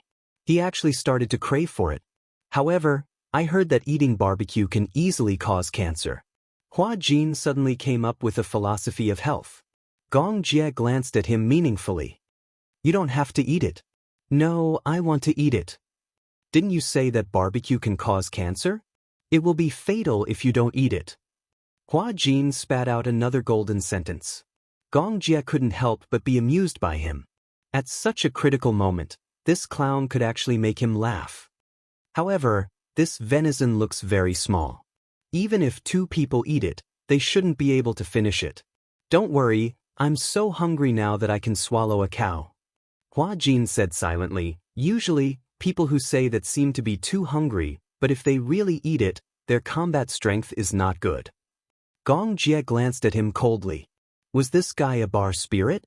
Why was he always arguing with him? Don't worry, my combat strength is stronger than yours. In short, when the time comes, the meat will be evenly divided into 2 portions. You eat 1 portion and I'll eat the other. Okay, I want the leg and breast of the deer. What about me? The butt of the deer. Hua Jin. On purpose, he must be doing it on purpose. Gong Jie gestured with his eyes. Look at the butt of this deer. It looks very fat and tender. I don't want to eat the butt of the deer. If you don't want to eat it, then don't eat it. On what basis? Based on, this deer was brought back by me. Hua Jin was not convinced. You obviously stole it. What do you mean by steal? Isn't it considered stealing? You weren't the one who caught him. If you spout any more nonsense, I'll skin you and roast you. TK, how could Hua Jin be threatened by him? He rolled his eyes. Perhaps, even he did not realize that he dared to roll his eyes at Gong Jie. Gong Jie pursed his lips and smiled, but he did not say anything. Instead, he continued to handcuff the venison leisurely. His technique was extremely skillful, and the handcuffs were very even. Hua Jin yawned. Half an hour later, the venison was finally cooked. Gong Jie took the venison and cut it into pieces with a dagger. Hua Jin picked up a piece and put it in his mouth. He tasted it. Oh, it's so light but so tender. There's no seasoning, so of course it's light. Sigh, what a pity. If I sprinkled some cumin, it would be a delicacy in the world. At this juncture, he could not care so much. As long as he could fill his stomach, it was fine. Hua Jin ate with relish. Gong Jie did not really give him the butt of the deer. Instead, he shared the meat of the deer's leg and chest with him. Gong Jie was really hungry. When he ate, he was not as elegant as Hua Jin. He directly hugged a deer leg and gnawed on it. Hua Jin was really shocked by his table manners. He silently complained, "The way you eat really looks like the reincarnation of a hungry ghost." Chapter 4451. After finishing off the remaining meat, Gong Jie and Hua Jin were both full. There were still some leftover meat dregs left. Gong Jie threw these into the fire. They had already eaten as much as possible. They couldn't finish the meat. After a night, the meat would also rot. If they continued to leave it, the fragrance would attract some stragglers or other wild beasts. To be safe, when Hua Jin was about to fall asleep, he vaguely felt someone put a jacket on him. He opened his eyes in a daze and saw Gong Jie walking out. Where are you going?" Hua Jin asked in a daze. "I'm going to get some firewood. You sleep first." Gong Jie's calm tone made him feel inexplicably at ease. Hua Jin couldn't care less about sleepiness. He hadn't slept well for several days. Therefore, as soon as he closed his eyes, he fell asleep as if he had fainted. When Gong Jie came back with the firewood, Hua Jin was already sleeping soundly. He walked over and surrounded the fire with firewood. Then he lay down beside Hua Jin. With a thud, Hua Jin's body tilted and his head rested on Gong Jie's shoulder. Gong Jie turned to look at him. His face was right in front of her. Even when he was asleep, he was very quiet and could even be said to be well-behaved. A peaceful sleeping face, just like a little puppy. He actually described him as a little puppy. If Hua Jin was awake and could hear his inner thoughts, he would be so angry that he would bare his fangs and brandish his claws at him. It was unbelievable. Gong Jie breathed a sigh of relief. He never thought that he would risk his life for someone other than Xianxia. When he found out that Hua Jin had been kidnapped, he was almost instinctively anxious. Even before this incident, Gong Jie didn't know that this guy had already occupied such a deep-rooted position in his heart. This was probably the most impulsive thing he had ever done in his entire life. He had staked everything on a single throw, putting himself in such a dangerous situation without considering the consequences. However, the moment he saw Hua Jin, all the anxious voices in his heart and mind calmed down. Gong Jie exhaled deeply and closed his eyes. The two of them snuggled up to each other and fell asleep. Outside the cave, the wind was biting cold. From time to time, wild wolves smelled the fragrance of the venison and came over. However, it was fearful of the blazing flames. It shrank back and let out an unwilling howl. Unknowingly, it was already dawn. In a daze, Hua Jin was awakened once by the wolf's howl at dawn. When he opened his eyes, he felt something heavy on his thigh. He lowered his head and saw that Gong Jie had fallen asleep on top of him. No wonder. In his dream, he dreamt that he was lifting weights and his thighs were extremely heavy. It turned out that this fellow was sleeping on his lap. It could be seen that he was really tired. Before seeing him on the ship, Gong Jie didn't really have a good rest. It was even difficult for him to close his eyes. He slept briefly once, but was woken up by a nightmare. He dreamed that Hua Jin and Alice were also beheaded, and only Natalia was saved. After waking up from the dream, he felt uneasy and didn't dare to sleep anymore. He was afraid that if he slept, the nightmare would come true. At dawn, the wolves were howling, but he didn't wake up. Chapter 44:52. He lowered his head to look at the man. Even though he was in such a sorry state, it couldn't hide his high spirits. He was a clean freak. Not showering for 2 days was probably his limit. What made it hard for him to calm down was, it seemed that no one had ever fought so hard for him before. He had thought that Gong Jie would definitely give up on him. After all, the fighting around them was escalating. East Africa was completely engulfed in the whirlpool of war. If Gong Jie had come alone to save him, he might have been buried with him. But he still came. It wasn't that she wasn't touched. Although the fuse of this incident was the dispute between the Hurricane Group and the Sacred Palace sect, he was also a victim, a fish in the moat that was implicated. But Gong Jie didn't have to save him. But he still came. This proud man had ended up in such a sorry state in order to save him. He was extremely shocked. Hua Jin carefully adjusted his position and protected Gong Jie's head. He closed his eyes and slept for a while. A vermilion bird brought Alice and Natalia to the port. The car exploded. Although they had jumped out of the car in time, Alice was slightly injured because she was protecting Natalia. And because of the explosion at close range, Vermilion Bird's eardrum was perforated and bleeding. Luckily, Alice checked and found that it wasn't a big deal. The perforated eardrum wasn't serious. With proper treatment, it wouldn't affect her hearing. Vermilion Bird was proud of her eagle-like eyesight and excellent hearing. If her hearing was damaged, she would definitely feel depressed. The car was destroyed, and the supplies were gone. Luckily, Vermilion Bird still had some equipment on her. She hijacked a car halfway, passed through the rain of bullets, crossed the battlefield, and finally reached the port. Vermilion Bird got out of the car and boarded the ship with Natalia and Alice. However, she didn't see Gong Jie and Hua Jin. "Where's young Master Jie?" "He hasn't returned." "He hasn't returned?" Yeah, he went to save another hostage. There's still no news? No, he successfully rescued the hostages, but Renaud and Ben were sacrificed. Renaud, Vermilion Bird frowned when she heard this. Alice's heart sank when she heard this. Alice said, Renaud will be officially retiring soon. How could this happen? It's not hard to imagine. Red Sparrow said solemnly, now, many areas in East Africa have fallen. Renaud and Ben fought their way in and out. They must have suffered heavy losses.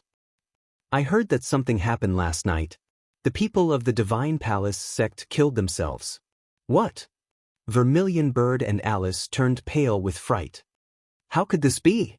Then, Natalia asked worriedly, where are the two of them? Have you left safely? According to the information I have, young Master Jie and Hua Jin have already left safely and are less than 40 kilometers away from the harbor. They are trying their best to get here. The war zone has fallen. Those martial artists threaten to blow up the port. If we don't leave now, we'll be in grave danger. We can't leave, Alice said firmly. Gong Jie and Hua Jin aren't here yet. We can't leave. Of course we can't leave. Chapter 44:53. Vermilion Bird added, even if the port is bombed, we can't leave. If there's no other way, make an exception and let the headquarters send reinforcements. Under normal circumstances, Hurricane would never interfere with the internal affairs of other countries. Especially under such circumstances. Vermilion Bird said, send me a few men. I'll bring them to find Gong Jie and the others. Alice was the first to object. You're seriously injured and your hearing is damaged. You won't be able to recover in a short period of time. If you bring people over now, you'll be courting death. Then what should we do? Vermilion Bird spread her arms, her face red with anxiety. Do you want us to wait here and do nothing? So what if I'm injured? I can even give up my life to protect young Master Jie. Don't add to the unnecessary losses, Alice said firmly. Didn't they say that they have sent people to rescue them? If we're lucky, young Master Jie might be back soon. 40 kilometers isn't far. It's not far. Vermilion Bird suddenly became agitated. But do you know that all the main roads and transportation fortresses in East Africa have been bombed? The only places we can pass through are the forests and deserts. What does this mean?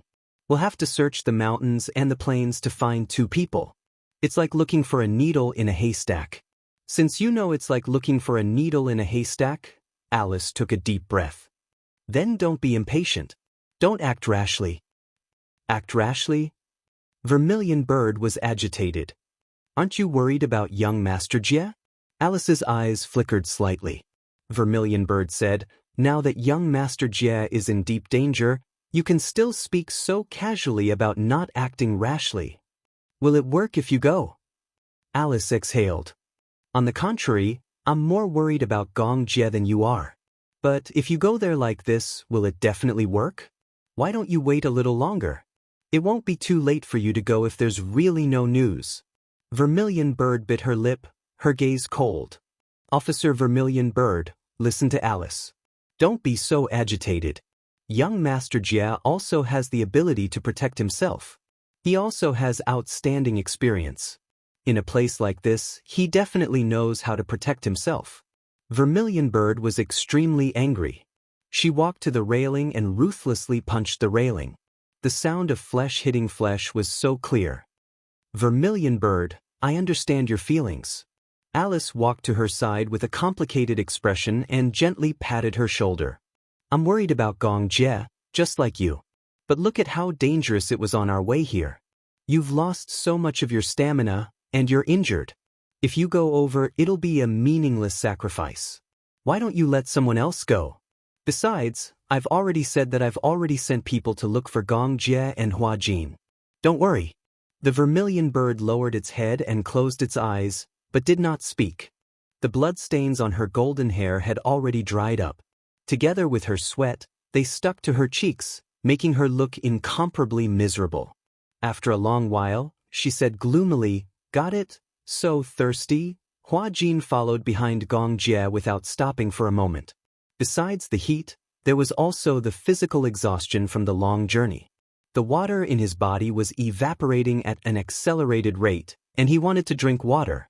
However, the water stored in his bulletproof vest had already been emptied. Chapter 4454. Come here.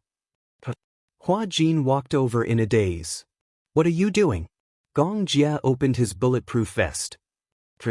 That was because the bulletproof vest was worn on his body, and it was usually worn on his chest. If he was wearing the vest, he would be able to drink the water with a straw. The point was, this man was really King tall. There was a difference of 10 centimeters, and he was right at his chest. Drinking water and lying on his chest, it looked like he was drinking milk. However, he was really thirsty. Hua Jin asked politely, "Aren't you thirsty?" "Then, why don't you drink some first?" Gong Jia raised an eyebrow but did not refuse. He took the straw and took a big gulp. Hua Jin looked at him anxiously. He felt that he was going to drain all the water in the bulletproof vest. "Leave some for me." Hua Jin was anxious. "I feel like I'm dying of thirst." Gong Jia passed the straw to him. Hua Jin walked over and tiptoed slightly. Just as he was about to suck on the straw, he suddenly remembered that Gong Jia had just drunk some water. The straw was stained with his. Was this considered kissing in disguise? But why did he think so much? Hua Jin closed his eyes and drank contentedly. After a few sips, the straw could not draw any more water. This guy, he wanted to drain all the water in one gulp. However, this gulp had somewhat alleviated the crisis. Hua Jin finally regained some energy. He looked around at the dense forest and felt a little hopeless. Is there a water source nearby? I'm looking for it. Hua Jin muttered, I don't have a map. I'm like a headless fly. Gong Jia suddenly stepped on the soil on the ground. Do you see the soil? Moist soil, ants, and earthworms. This means that there's a water source not far from here. Oh, that's amazing. Gong Jia continued. However, in some areas with high mineral content, perhaps the heavy metal content is too high. Drinking it directly is definitely not good for the body. Therefore, although this kind of water can be drunk directly, it must be precipitated and purified before drinking it. So when you see a water source, draw the water into your bulletproof vest to purify it first. Don't drink it in a hurry, or you'll die. If you drink too much, you'll have diarrhea and become dehydrated. When it came to surviving in the wild, the worst thing was diarrhea, which would increase the loss of water content. The two of them walked one after the other. Sure enough, not long after, Hua Jin vaguely heard the sound of trickling water. I hear the sound of water. Hua Jin said excitedly, there should be water nearby. Hua Jin followed the direction of the sound of the water and walked in front. Gong Jia couldn't help but stop him.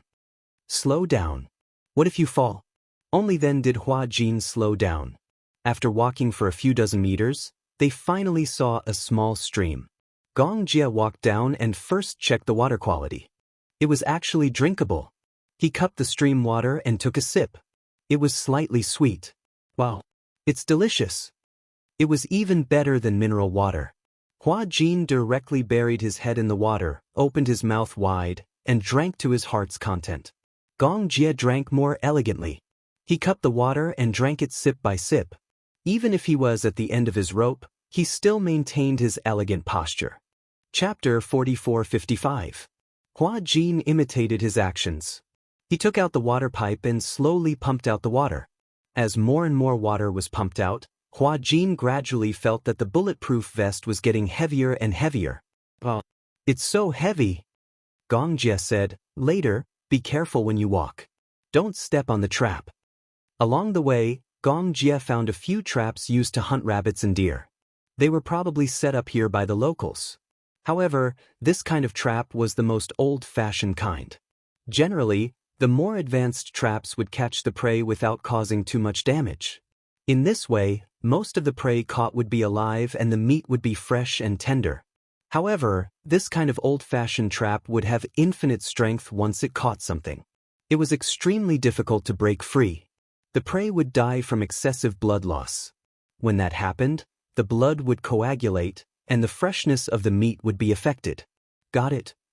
Hua Jin filled the bulletproof vest with water and screwed on the valve. After replenishing their supplies, the two of them continued on their journey. They carefully passed through the forest. There was a boundless plain without any shelter. Gong Jie became more and more nervous and cautious. According to experience, such a plain was a shortcut to the war zone. The combatants would use transport vehicles to continuously transport soldiers to the war zone. Therefore, someone would fill this place with landmines. Once the vehicle crossed the line and detonated the landmines, it would immediately flip the vehicle upside down. The landmines were not powerful, but it was enough to blow people up. Gong Jie said, "When you walk, look under your feet. If the soil under your feet is sparse, it means that there may be landmines buried. Try to stay as far away as possible." When Hua Jin heard this, he suddenly became nervous. "There's such a thing?" Gong Jie pointed at a layer of overturned soil not far away and walked over. "Do you see this pit?" Hua Jin walked over and saw Gong Jie pulling out a fuse from the pit. "This is a landmine that has been detonated. There are some bloodstains on the side. It seems that it has been stepped on. It's too scary." Hua Jin was still scared. "I don't dare to walk." Gong Jie said, "Follow behind me." "All right." Hua Jin stuck closely behind Gong Jie. Gong Jie said, "Do you have to stick so close? Didn't you tell me to stay close? But you don't have to stick to me, do you?" Hua Jin took half a step back. "Anyway, be careful." Gong Jie held the Fama's rifle and looked through the 4X scope, but he didn't see anyone crouching. They weren't wearing government or anti-government uniforms. No matter which side they encountered, it was extremely dangerous. It was fine that the war hadn't completely broken out. Once it fully erupts, it doesn't matter if you're an armed person or a civilian, as long as you're not in the same team, you'll be shot to death. "Give me a weapon too." Gong Jie turned around and was a little surprised. "You know how to shoot?" "I've acted in war dramas before, so the crew organized systematic drills." Gong Jie casually handed over a Desert Eagle to him. Hua Jin fumbled around, loaded it, and then pulled the trigger. But he didn't expect the trigger to be lighter than he imagined. Gong Jie immediately turned around and aimed his gun at the empty space beside him. Chapter 4456. The dirt and dust that was stirred up made the two of them covered in dust. Gong Jie's eyes were about to spit fire. If he had been a little slower, the bullet would have pierced his abdomen. "Are you crazy? Why are you shooting at me?" Hua Jin's face was red with embarrassment. "I didn't expect the trigger to be so light. I almost died in your hands." Gong Jie was still in shock and stared at him. "Put the safety on." "Oh." Angrily, Hua Jin put the safety on the gun and carefully guarded it. Gong Jie frowned. "Don't touch it unless it's a critical moment." "I know. I'm sorry." Hua Jin muttered with a distressed expression. He was scared to death just now and felt that he was holding him back. He thought that if he was not a burden, Gong Jie would not have such a hard time leaving. His stamina was really lagging behind. Even so, Hua Jin gritted his teeth and followed Gong Jie closely. After walking for some time, Gong Jie raised his hand and looked at his watch. The watch was equipped with a smart GPS system. They were about 30 kilometers away from the port. Bad luck. There were no cars on the road. If there was one with wheels, it would reduce the burden of the journey. So tired. The two of them had already traveled 10 kilometers. Along the way, Hua Jin could not bear to drink water. The skin on his lips had peeled off a few layers. Gong Jie sat down and touched his stomach. He was hungry after such a long time of physical exhaustion. However, he did not have any dry food with him. He could only take out a straw and drink some water. After resting for a while, they continued their journey. Hua Jin walked unsteadily. The scorching sun was on top of his head. His face was red from the heat. If it was in the past, he would have screamed and yelled. His skin was famous for being allergic. He would get sunburned easily after being exposed to the sun for a long time. But now, even dry food was a problem, let alone protection from the sun. He really wished that he was a solar engine that could convert the sun into his body's power. Hua Jin stumbled and suddenly stepped on a piece of soft soil. Beep! Gong Jie, who was walking in front, suddenly turned his head. Before his brain could issue an order, his body had already reacted under the condition of reflex and rushed towards Huajin. In an instant, the landmine buried under the soil exploded. Bang! The power of the landmine sent the two of them flying a few meters away. Gong Jie hugged Huajin tightly, and the two of them rolled far away. Until the two of them stopped. Gong Jie sat up and shook his head violently. He looked at Huajin, who was frowning in his arms, and gently patted his face, only to see that his ears were bleeding. His eardrums were slightly damaged because of the explosion. Gong Jie's ears were also slightly blind. However, he sat on the ground and felt a slight tremor. His many years of combat experience told him that a car was coming. He immediately put Huajin down, picked up his rifle, and looked in the direction of the sound, eyeing it covetously. Through his scope, he saw an off-road vehicle driving over shakily. Gong Jie narrowed his eyes, aimed at the windshield, and fired 2 shots. The accurate bullets instantly pierced through the glass. The shattered glass caught the 2 people in the car off guard. Chapter 44:57. Just as he touched the landmine on his waist, he hesitated and retracted his hand. "No, I can't blow up the car." Gong Jie stood up and dragged Huajin to a tree. Using the tree as cover, he aimed at the car. Da-da-da, Huajin vaguely heard the sound of gunshots. He struggled to get up, but before he could see what was going on, Gong Jie shielded him with one hand. "Don't move." He turned to look at Gong Jie, only to see the latter skillfully reloading his gun with one hand and shooting in a certain direction. Huajin took out the binoculars on his bulletproof vest and saw a car parked not far away. 2 men in plain clothes with guns were shooting in Gong Jie's direction.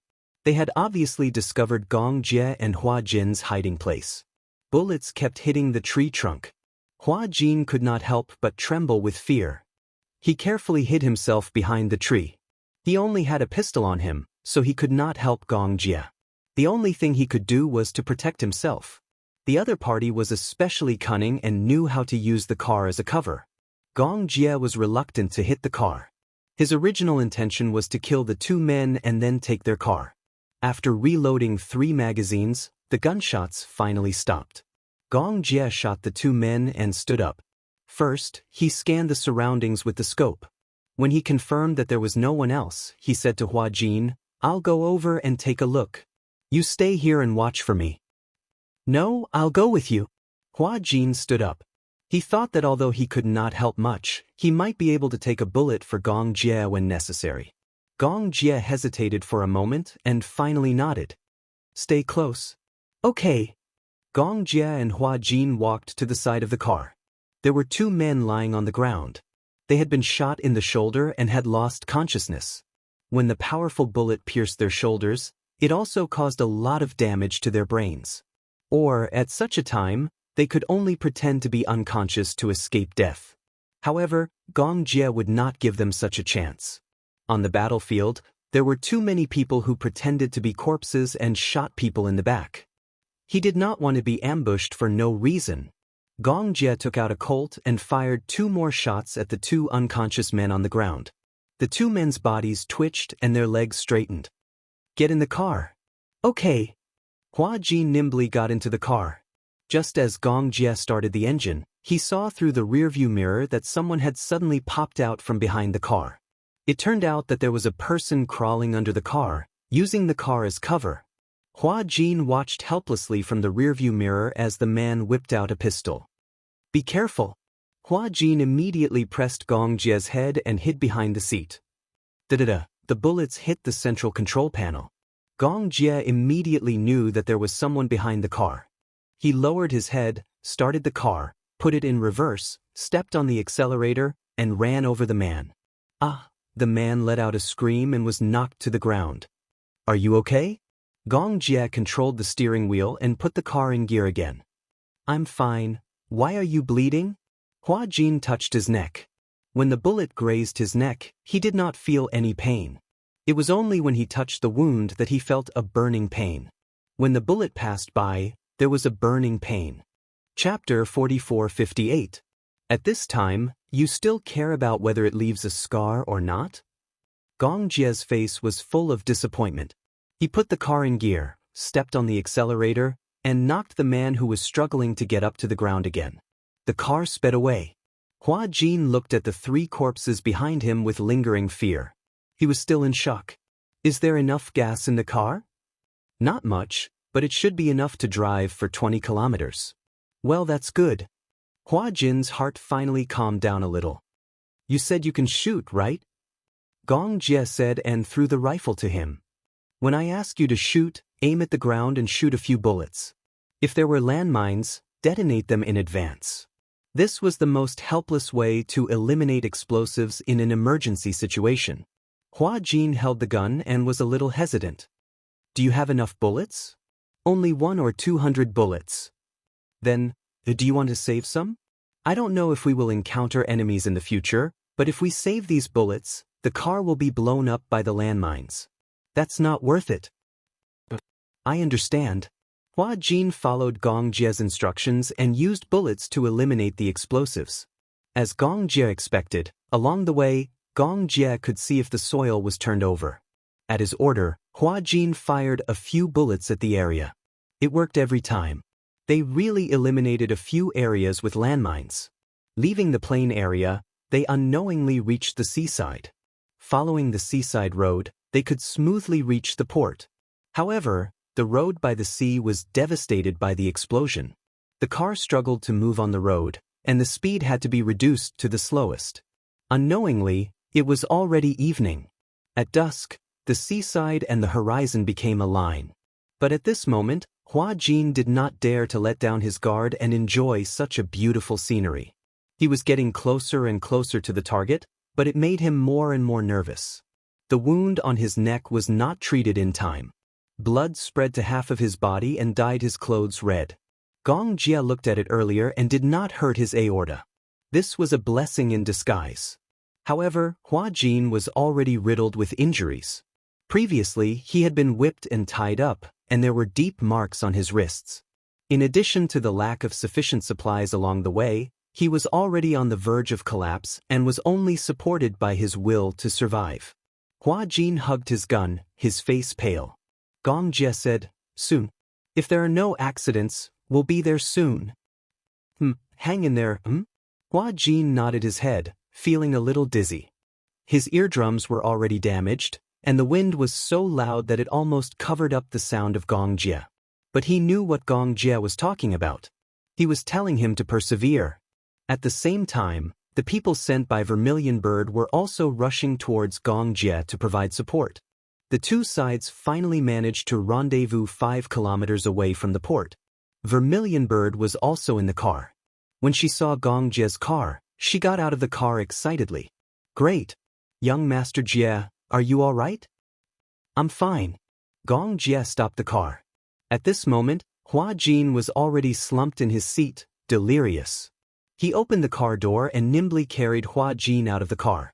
At this moment, his body was unbelievably weak, and he probably could not walk. Vermilion Bird walked over and said, Let me do it. I'll carry him into the car. Vermilion Bird walked over and was about to take Hua Jin from Gong Jie's arms when Hua Jin subconsciously clutched Gong Jie's bulletproof vest. Chapter 44:59. In a daze, he clutched his clothes tightly, unwilling to let go. Vermilion Bird's eyes flickered slightly. For some reason, she felt that Hua Jin's dependence on Gong Jie was unusual. Gong Jie smirked and shielded Hua Jin. He hugged him a little tighter and said to Vermilion Bird, It's okay. I can carry him. Hua Jin wasn't heavy, and to him, he wasn't even worth mentioning. Now that he was so badly injured, he was worried that Vermilion Bird would be too rough and hurt him.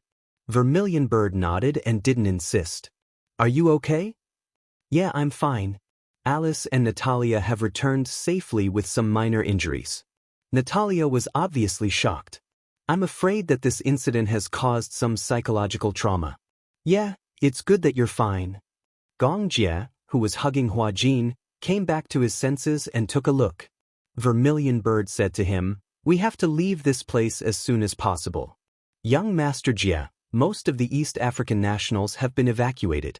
The war is about to start. Let's leave this place as soon as possible. Gong Jie carried Hua Jin into the car. The car arrived at the port smoothly.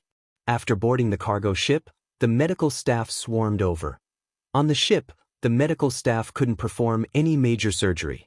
However, after an examination, Hua Jin didn't suffer any serious injuries.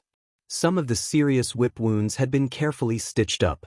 As for the rest, other than the damage to his eardrums and temporary hearing loss, there weren't any major problems. It was just that he was too weak. He hadn't eaten clean food or water for several days and nights. There was a certain degree of bacterial infection in his body. Hua Jin had fainted because of exhaustion. Initially, when they were rushing back, Hua Jin had relied on his astonishing willpower to hold on, so he was fine. However, when they arrived at their destination, he was relieved and immediately fainted. However, the wound was infected. On the ship, Hua Jin had a high fever. Fortunately, after an emergency infusion and treatment, although the fever was erratic, it didn't lead to pneumonia. During the 2 days they were on the boat, Gong Jie stayed close to them. Other than Natalia, Hua Jin was the one he was most worried about. It was very strange. This kind of feeling made him somewhat doubtful. Initially, he didn't think much of it, but now that he had calmed down, he felt that it was too risky to rush into the war zone for a single Hua Jin. He had never been an impulsive person, especially since his safety was related to the interests of Hurricane. In the past, he had always acted cautiously. He would always think twice before doing anything. However, she had lost her rationality and judgment when it came to him. Thinking about it carefully, if he hadn't been lucky enough, it would have been as difficult as ascending to the heavens to escape from that predicament. In fact, he was also exhausted. Originally, he should have had a good rest, but Alice said that Hua Jin's situation was not very optimistic. Although his life was not in danger, he had a high fever and they did not know how he was doing. On the ship, the medical facilities were limited, and there was no way to make a further diagnosis. Gong Jie was worried, so he kept watch. When he was tired, he would lie beside him or at the end of the bed to rest for a while. In addition to resting, he was also studying. Studying the heart that even he himself could not understand. At first, he had an inexplicable hostility towards Hua Jin. Chapter 4460. He thought that this was an invasion of territory. Growing up in Hurricane, his sense of territory was especially strong. Now that his territory had been invaded, he was filled with animosity toward Hua Jin. And Hua Jin seemed to be very afraid of him. It wasn't reverence, but pure fear. He seemed to be very afraid of him. Perhaps it was because of his identity, or perhaps it was because of the murderous aura on his body. Gradually, he found another kind of pleasure in Hua Jin. In fact, his attitude toward him had evolved to the point where he was no longer so resistant and repulsive. However, for some reason, when he saw Hua Jin, he strangely wanted to tease him. He liked to see Hua Jin standing in front of him at a loss. He was careful, as if he was afraid of angering him. The kind of fear that made him want to curl up in a corner. Until later, he actually enjoyed this kind of teasing and never got tired of it. It was a kind of passion that he had never felt even when facing a woman. Alice had once asked him indirectly if he liked men. How was that possible? He didn't like men, but in terms of relationships, because he was busy with work, he was a blank. It wasn't that he wasn't interested in women, it was just that his interest was weak. He was a man with a strong desire to conquer. Other than his career, no one else could arouse his urge to conquer. Hua Jin seemed to be an exception. He was happy to conquer him. When Hua Jin woke up, it was already 5 days later. When he opened his eyes, he found himself in a very large room. The curtains were fluttering, and fresh air kept drifting in through the window. He moved his fingers. Other than his fingers, the rest of his body seemed to have stiffened. His entire body was like a broken stone. His head was heavy and his body was light. He had no idea how long he had been lying there. In fact, he had been lying there for 5 days and 5 nights, relying on the infusion to maintain himself. After lying there for a long time, his limbs were so stiff that he couldn't feel them. Hua Jin tried to sit up. Suddenly, a voice came from beside him. "You're awake." Hua Jin was so scared that he let out a short cry. He turned his head and saw Gong Jie sitting by the bed, looking at him with raised eyebrows. Why you here? I've been watching over you for 5 days, Gong Jie said with his legs crossed. If you didn't wake up, I thought you were going to die. Is that how you talk to an injured person? Hua Jin muttered. Have I been lying down for 5 days? Yes, even when you were unconscious for 2 days and 7 days on the ship, I was already prepared for you to become a vegetable. Hua Jin didn't know whether to laugh or cry. Wait a minute. You've been guarding me for 5 days? He could not help but express his doubt. The young master of the Gong family had actually waited for him for 5 days. For 2 days on the boat, I've been guarding you for 7 days. Hua Jin was even more suspicious. Why couldn't he believe that Gong Jie had such patience? Gong Jie gave him a sidelong glance. What's wrong? Nothing. I'm just hungry. I'll ask someone to prepare the meal. The Gong Jie rang a bell. Not long after, a servant came up with a nutritious meal. There was nutritious porridge, oatmeal, and some steamed vegetables. Most of them were still liquid food. This is so plain. If you eat something too stimulating, your stomach will collapse. In that case, all right.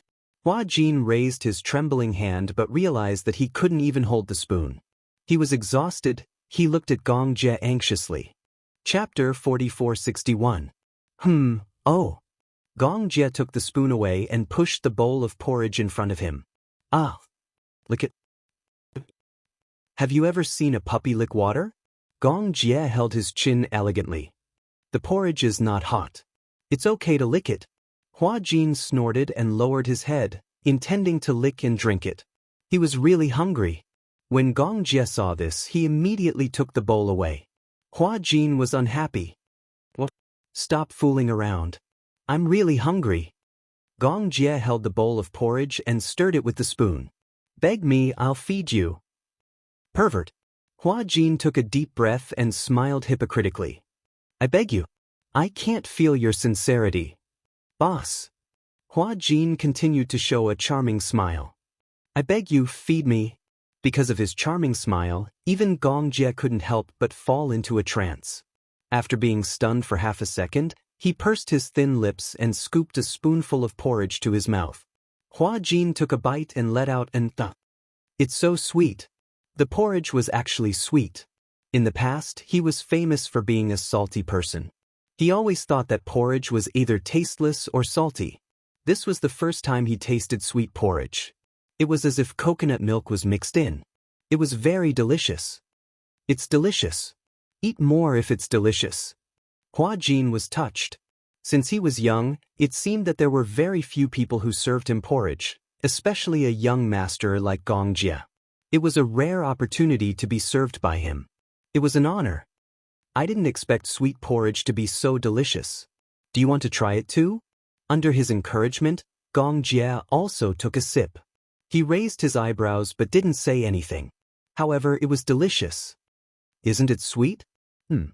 After drinking a few mouthfuls of porridge, his empty stomach finally eased a little. Gong Jie fed him very slowly. After all, for someone like him who had not eaten for a long time, his stomach was already very sensitive and weak, so he had to drink more slowly.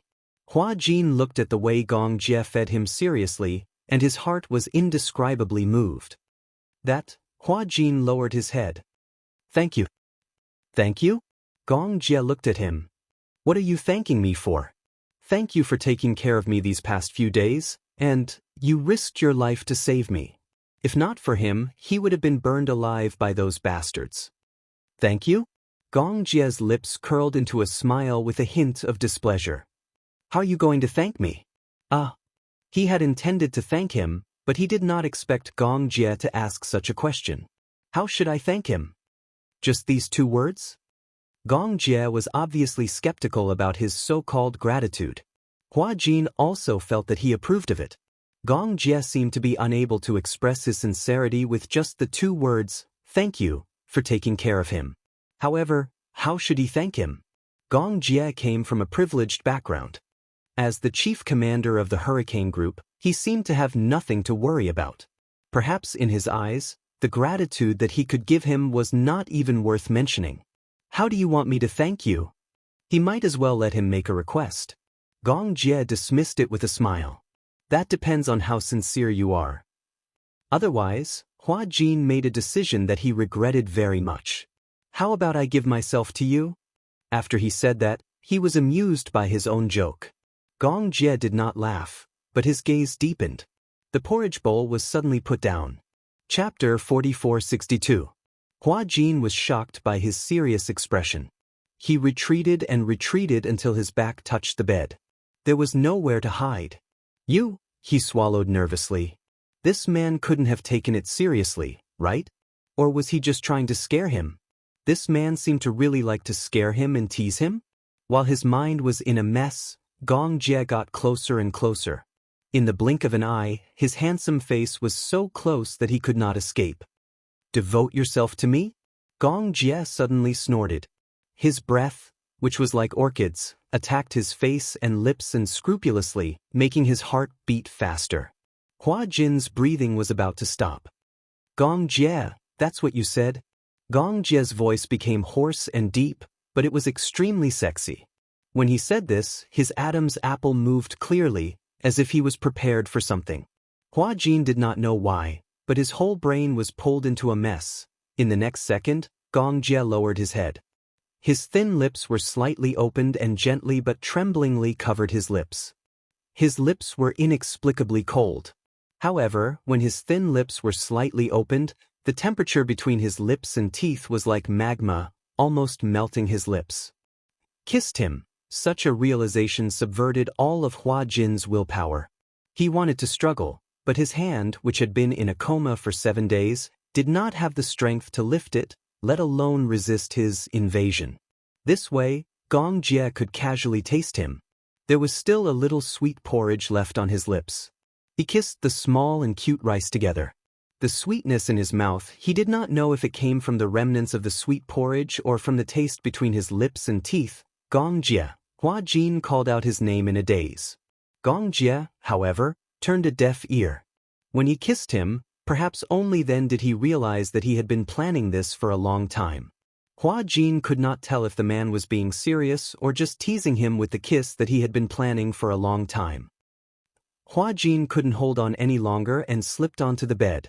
Gong Jie bent down and took advantage of the favorable position to go deeper and deeper. Kissing him felt so sweet. At first, he was only testing the waters by lingering on his lips. Slowly, he became dissatisfied and gently pried open his teeth. Ugh! A sweet and fragrant breath overflowed from between her lips and teeth. He tasted it to his heart's content, as if he was tasting a cup of thick tea or a fragrant dessert. Gong Jie pinched his face, but he didn't want to hurt him, so he loosened his grip. Just as Hua Jin was out of breath, he finally let go of him. At this time, Hua Jin was already fiercely stunned, and his entire body was stiff to the point he was unable to move. Yes, it's very sweet. Gong Jie looked into his eyes and smiled. It's sweeter than porridge. Hua Jin's face lit up at the mention of these words. He blushed and his face looked like it was on fire. He had too many questions to ask, but there were too many uneasiness that he had nowhere to ask. Gong Jie straightened up and saw that Hua Jin was motionless. He knew that his sudden kiss seemed to have frightened him quite a bit. A joke as if it was too big. Hua Jin's mind was in a mess. The most chaotic thing was that his body and his instincts didn't seem to have much resistance to Gong Jie. What was wrong with him? What was going on? Chapter 4463. Hua Jin asked in a daze, why? At this moment, only these 3 words could show his chaotic state of mind. What was this Gong Jie doing? Was he teasing him? Otherwise, why did he kiss him? However, if he was teasing her, why did she sense the complicated feelings in his kiss? After acting for so many years, he could feel whether there was any emotion in a kiss or a look. Gong Jie's kiss made his heart, which was already in a mess, even more chaotic. Gong Jie suddenly smiled. But what do you mean why? Why did you kiss me? Let's be together. Gong Jie also said something that undoubtedly messed up Hua Jin's state of mind even more. Perhaps, if it were not for this accident and the fact that they had not survived a disaster together, Gong Jie would not have been able to understand his state of mind. But since he had kissed him, it meant that he had already seen through his own heart.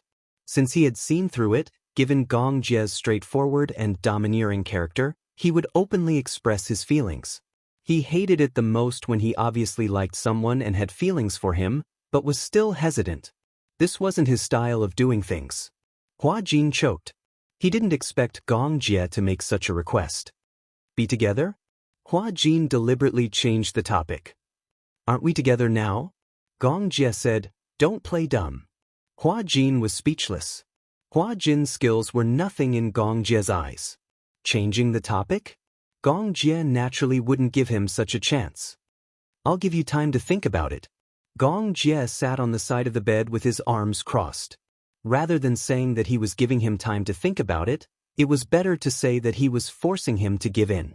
It was domineering and domineering. This was Gong Jie. Hua Jin lowered his head. His thoughts were still in a mess. In less than 5 seconds, Gong Jie turned his head and asked, have you made up your mind? It hadn't even been 5 seconds. He only asked if she had made up her mind. Didn't you say you would give me time to think about it? Gong Jie raised his wrist and looked at his watch. It's been half a minute. You call this giving me time to consider? What else? How long do you want? Gong Jie raised his eyebrows. It's just a few words. How long do you need to think about it? 1 day? 1 month? A year? If you agree, it's good. If you don't, it's bad. Hua Jin asked curiously, what if I agree? Then let's be together. What if I don't agree? You can't escape. Can't escape? Hua Jin complained, am I prey? We'll be together sooner or later. Hua Jin finally broke down. Then why did you ask me to consider it? We're going to be together sooner or later anyway. When Gong Jie heard that, he smiled and gently put his arm around the back of his neck. You're quite self-aware. Since we're going to be together sooner or later, then there's no need to hesitate. Hua Jin really didn't know how to answer. My mind is a little messy. I'm tired and sleepy. I want to rest for a while. Gong Jie stood up and ordered the servants to clear the plates. Then he said to him, have a good rest then. Hua Jin didn't say a word. He let him cover him with the blanket, lay on the bed and closed his eyes. He heard the door close. Gong Jie left. Hua Jin closed his eyes and forced himself to fall asleep quickly. Chapter 4464. He recalled how the two of them had first played a punishment game and touched each other's lips through a tissue. He also recalled every scene with him until they were in East Africa. Especially when he thought of how he slept so peacefully on his lap and how touched he was when he risked his life to save him. If he didn't like him enough, how could a proud man like Gong Jie bear so many dangers for him, weave through the rain of bullets and appear in front of him? Gong Jie liked him. This knowledge completely subverted Hua Jin's rationality. It wasn't that he had never been liked by a man. However, there had never been a time when it was as shocking as Gong Jie's words. Hua Jin recuperated in bed for a few days. During this period, Gong Jie didn't come again. Alice also came to see him and told him about Natalia's situation. Natalia changed into a typical psychological trauma after a kidnapping. After all, she was still such a young child. She had witnessed Professor Romanka's throat being cut and beheaded with her own eyes. That bloody visual stimulation had become a nightmare in her heart until now. These few days, Alice, Yu, and Gong Jie took turns to accompany her. Natalia's psychological trauma was very serious. It could be seen from her sleep. Often, in the middle of the night, she would suddenly wake up screaming and crying because of nightmares. She would lock herself in the room alone. Whenever someone walked around outside the door, she would be so scared that she would hide under the bed and tremble. Once, when Alice drank red wine, she looked at the scarlet liquid as if she was looking at blood. Natalia was so agitated that she started crying. When she saw ropes, iron things, especially iron chains, she would subconsciously hide far away. After being tortured by nightmares for a long time, Natalia had a high fever and lay in bed for a long time. Gong Jie had to accompany her all the time. Therefore, he rarely came to Hua Jin's place. After Hua Jin's fever subsided, he recovered very quickly and was soon able to get out of bed and walk around. When he heard that Natalia had a fever, he wanted to go and take a look. Alice advised him not to go. Why? Because when she sees you, she feels fear. Fear? Hua Jin didn't understand. But I don't visit Natalia much anymore. Because you, me, and her are all victims of hijacking. When she sees you, she will think of the time when she was kidnapped and the torture and fright she had to endure. Moreover, she's currently running a high fever and is unconscious. If you go, she might hallucinate that she's still in the Divine Hall sect and hasn't been rescued yet. When she was kidnapped, Natalia had been too desperate. She was so desperate that she felt that they were done for. Even after they returned to Dark Wind Island, Natalia continued to ask Alice if she was dreaming, if she hadn't woken up yet. If she had woken up, would they still be in the hands of the believers of the Temple of Light? Would they still be in that dark, damp, and devoid of freedom in that abandoned basement? Every time this happened, Alice would feel very anxious. Gong Jie is with her now. You don't have to worry too much. He will take good care of her. Alice paused for a moment before saying, Xiao Jie has changed a lot. He actually knows how to take care of people. When Hua Jin heard the name Gong Jie, his eyes flashed slightly. Chapter 4465. Alice was an astute person. When she saw Hua Jin's strange expression, she quickly detected it. What's wrong? Why did your expression change when Gong Jie was mentioned? Hua Jin touched his face. Did I? Could it be that Gong Jie had mentioned that matter to her? Hua Jin asked indirectly, Did Gong Jie say anything to you? Alice's interest was piqued. Do you think he would say anything to me? Hua Jin's expression suddenly became uneasy. How could he have forgotten that Alice was a psychologist? She was the best at reading a person's mind. He felt like he was completely naked in front of her. Even his body was transparent. Whatever he was thinking in his heart was completely seen through by her. Hua Jin, you've become very strange. Could it be that there's a secret between you and Xiao Jie? No.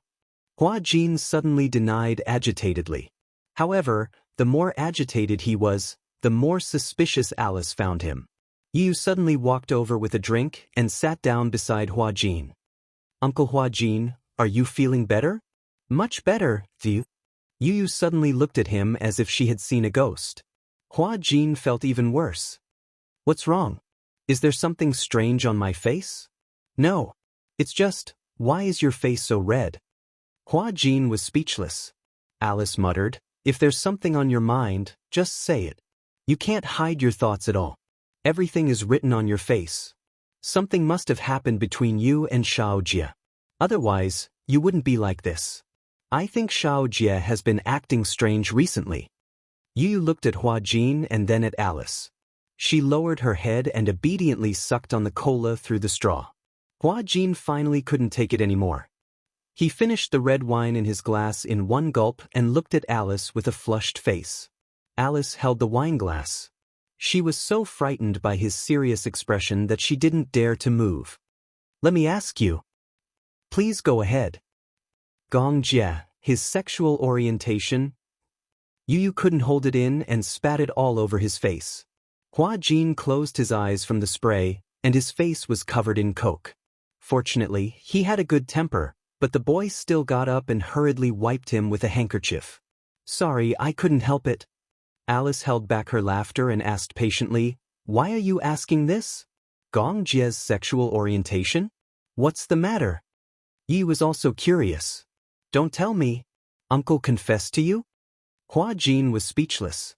Seeing Hua Jin's face getting redder and redder, Yi was glad that she didn't have cola in her mouth. Otherwise, she would have spat it all over Hua Jin's face. Haha. Alice couldn't hold it in anymore. She slapped the table and laughed. So that's the problem.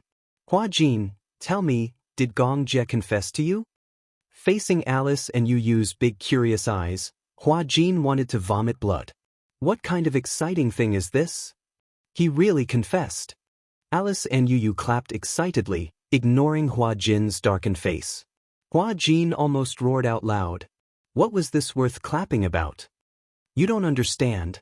Alice smiled in relief. There was another reason why she and Yu were so excited. Alice, on the other hand, liked Gong Jie. This was something that everyone in Hurricane City had a tacit understanding about. Chapter 4466. However, if the person Gong Jie liked was a man, she would feel much better. So, Gong Jie liked Hua Jin. Why did she feel so happy? On the other hand, Yu was happy that her uncle's marriage was finally settled. Plus, everyone could see Gong Jie's feelings for Hua Jin. Although it was hazy, it was still a psychological foundation. Xiao Jie is really special to you. Alice said, no matter who it is, other than Yun Shishir, Yu, and Xiao Yichen, Natalia, I really can't think of anyone he would work so hard for. Hua Jin blushed even more. Is that so? Wow, your face is even redder, Yu teased. If I didn't know better, I would have thought that you had blusher on. Hua Jin couldn't help but want to punch him. Alice said to Hua Jin, what about you? What do you think of Gong Jie? Thus. Nothing much, Yu nudged Hua Jin's arm and started to praise her uncle.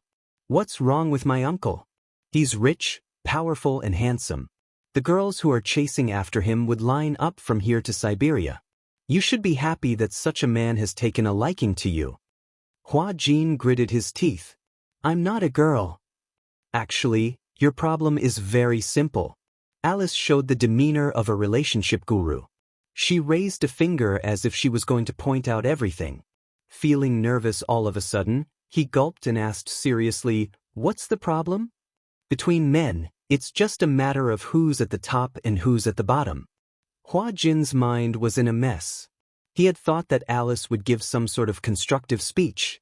But in the end, it was this. Yu was confused. What do you mean by who's on top and who's on the bottom? Why can't I understand? Hua Jin covered his mouth with an ashen face. Don't ask such questions. This Alice. Yu was still around. Was she trying to lead Yu astray? Alice said, Hua Jin, don't struggle anymore. Just give in to Xiao Jie. Yu nodded solemnly. Let's do as uncle says. Follow your sister. Hua Jin gulped down a mouthful of red wine in a fit of anger. Two pig teammates. You've just recovered. Don't drink too much. Alice suddenly looked at him with a pitiful expression. I think the reason why you're so worried is because of a sense of powerlessness. What sense of powerlessness? That is, Alice's gaze became even more sympathetic. When you're with Xiao Jie, he's obviously on top. You can only be on the bottom. On top? On the bottom? She suddenly blurted out a few unfamiliar terms. Yu was curious. What do you mean? What's on top and bottom? Hua Jin couldn't take it anymore and covered his mouth again. Don't ask such questions. With that, Hua Jin gulped down another mouthful of red wine. Alice and Yu looked at each other, then their gazes fell on Hua Jin. At night, Gong Jie went back to his room after coaxing Natalia to sleep. However, just as he reached the door of the room, he saw a figure leaning against the wall. When he got closer, he saw that the figure was Hua Jin. Gong Jie's lips stiffened. What are you doing here? Hua Jin turned around unsteadily. When he heard the voice, he straightened his body with difficulty. It's you. Chapter 4467.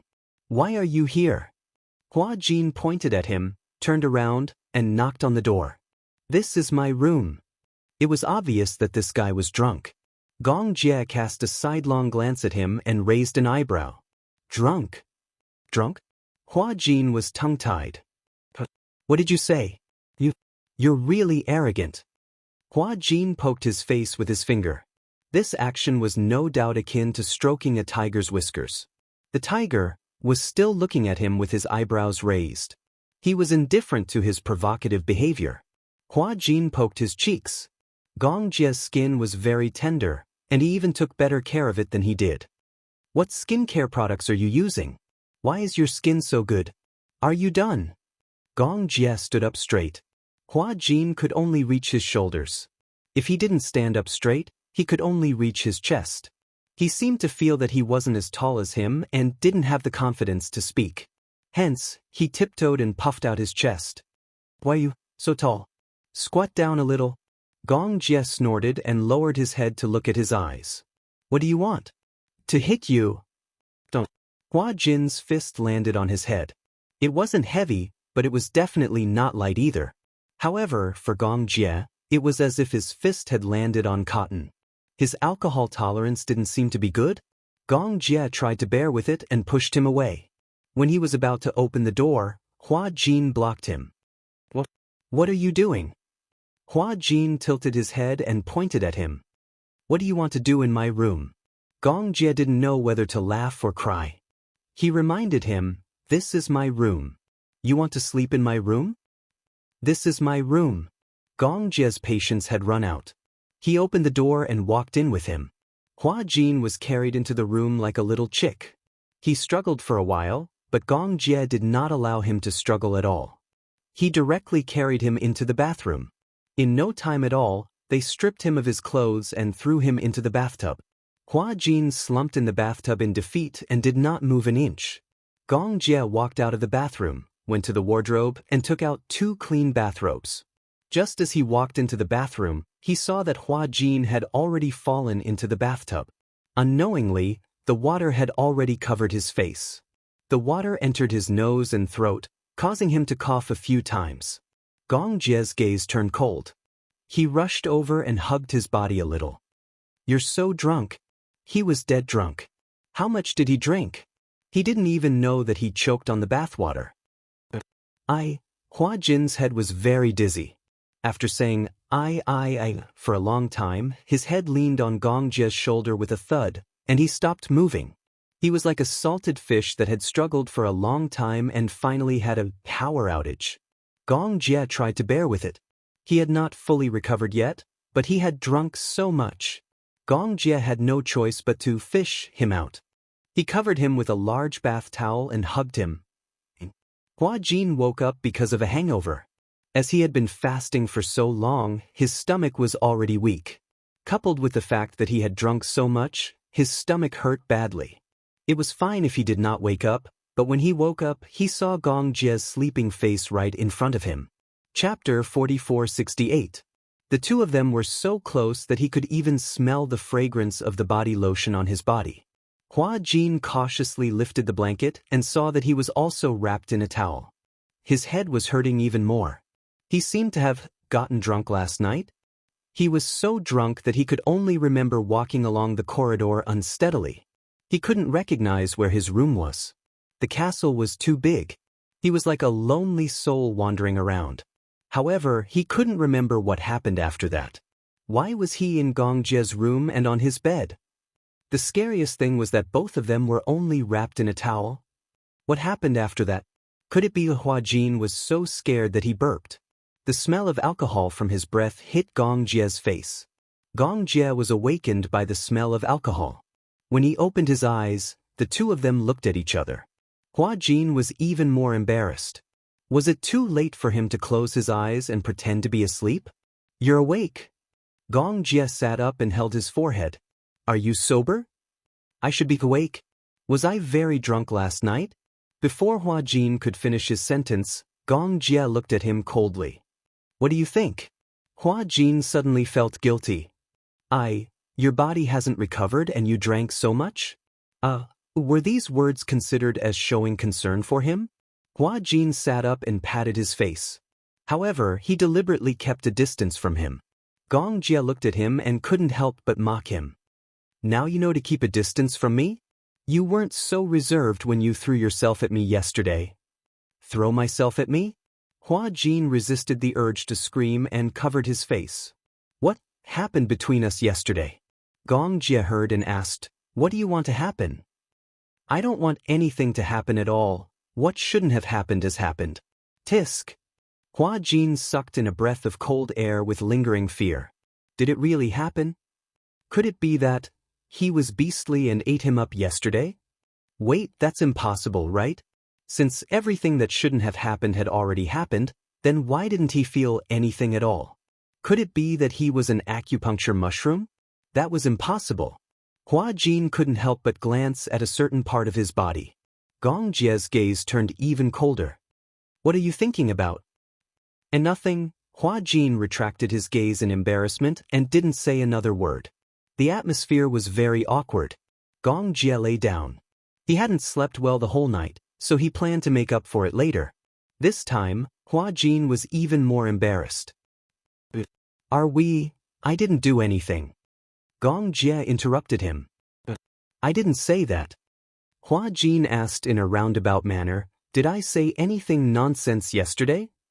Yes, but I don't understand. For example? You said that you want to be on top. Hua Jin almost vomited blood on the blanket. He wanted to scream. It was indeed true that drinking would spoil things. Did he really say that? What do you mean by on top and on top? It was fine if Hua Jin didn't mention it. Now that he did, Gong Jie was very curious about the meaning of on top and on top. Hua Jin was trembling. He wished that he had a tool that could turn back time. He only hoped that none of this had happened. However, didn't he know the meaning of on top and on top? Chapter 4469. Didn't he like men? In that case, he should know the meaning of these two words. Seeing that Hua Jin was silent, Gong Jie asked again, you said that you want to be on top. What do you mean by that? Hua Jin's face turned red.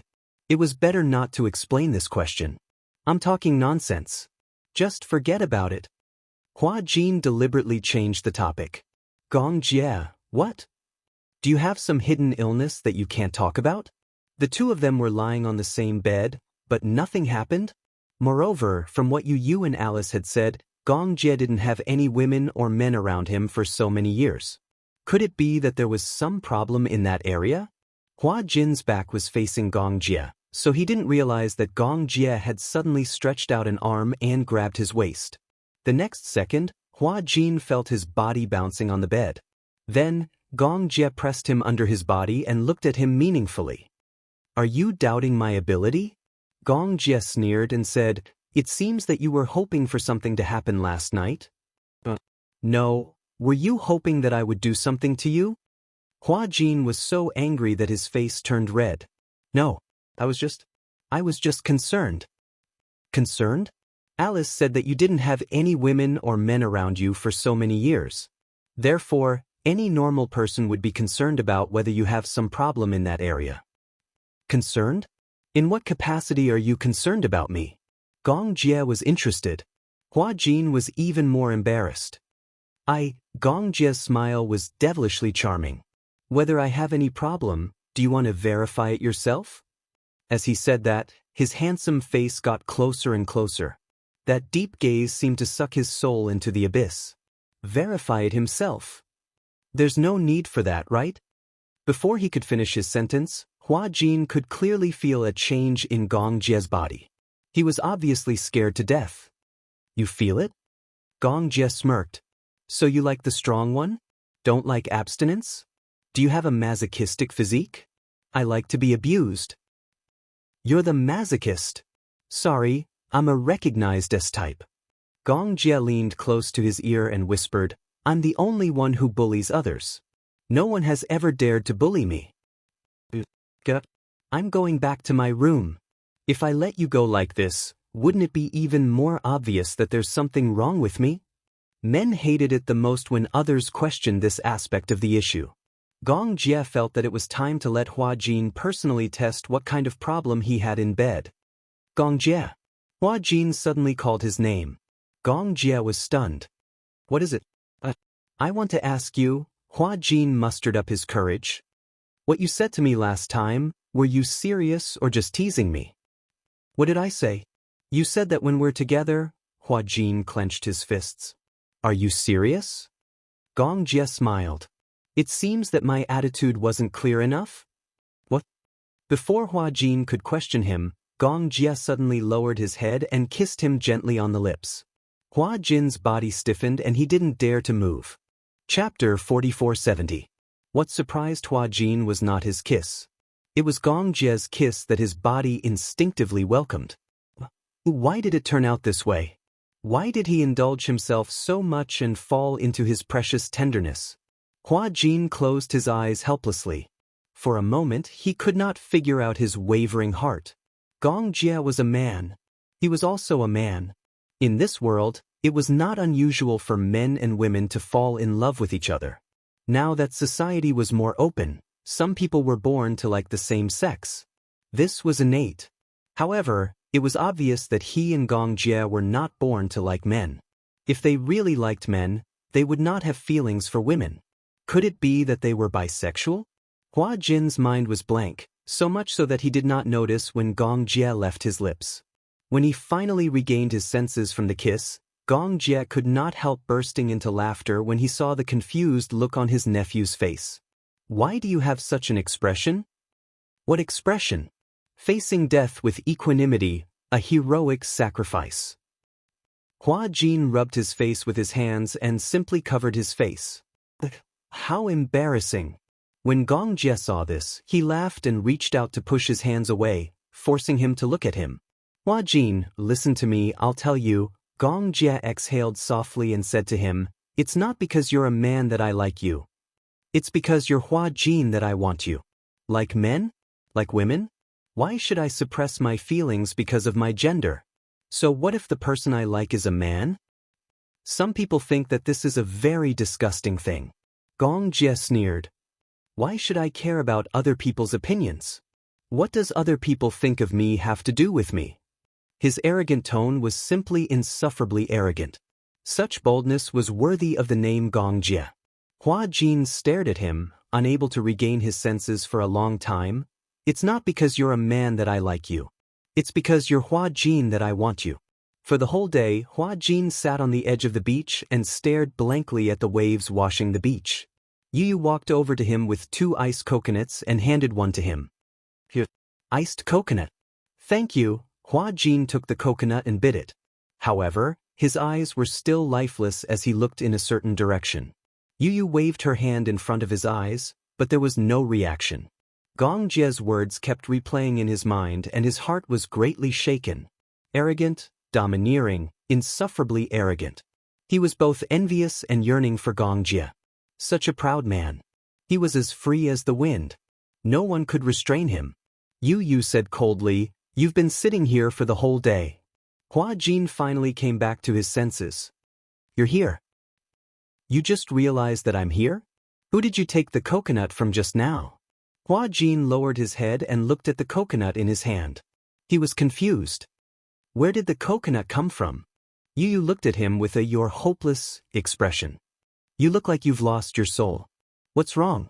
Hua Jin smiled helplessly. I was distracted just now. Chapter 4471. Yu, I have a question that I don't quite understand.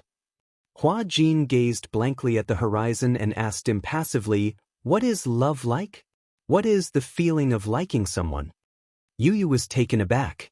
He held his chin helplessly and the corners of his lips twitched. You're actually asking a 10-year-old child what love is? Hua Jin was speechless. Why don't I bring my grandpa here? He should know what love is. I heard that he and grandma are very much in love. He should be qualified to answer your question. Wait. Hua Jin pulled him back. He was scared out of his wits. Why did you bring your grandpa here? If he knew that his son liked him, he might turn green with anger. Because I can't answer your question. Then don't answer it. But I saw that you were so distracted when you answered the question. It was as if you had lost your soul. Yu sat down beside him. Are you worried about your relationship with uncle? Hua Jin didn't think much of it. What can happen between me and him? I don't understand. Yu continued to rest his chin on his hand and sighed helplessly. Love is our own business. Why do we need to invite others to comment on it? Shouldn't we do what we want to do? Do you need others to give you the courage and reason to love someone when you're in love? Could it be that you can love whoever others want you to love, and you can't love whoever others don't want you to love? Don't you have your own will? Yu was obviously a child, but the words that came out of his mouth stunned Hua Jin for a long time. If I like someone, I don't care what others think. As long as I've decided on someone, I don't care what others think. Yu's words revealed a charisma that didn't match his age. Hua Jin said in a daze, you're indeed Gong Jie's nephew. Your styles are exactly the same. It was simply tyrannical. What if that person doesn't like you? Yu laughed when she heard this. How is this possible? I'm so outstanding. Why wouldn't that person like me?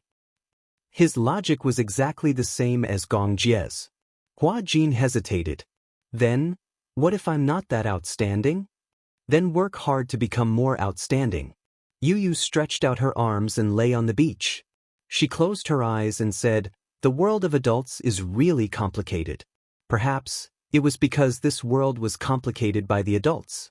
Actually, feelings are very simple, but there are people who want to be well-matched in terms of social status, and there are people who want so-called fairness. Scheming against each other and deceiving each other. There were so many reasons why they had to be so calculative about their relationship. Wasn't liking someone very simple? Moreover, I feel that you also have feelings for Uncle. It's just that you haven't noticed it yet. How can you tell? As long as you see my uncle, your face will turn red and you will become very restrained.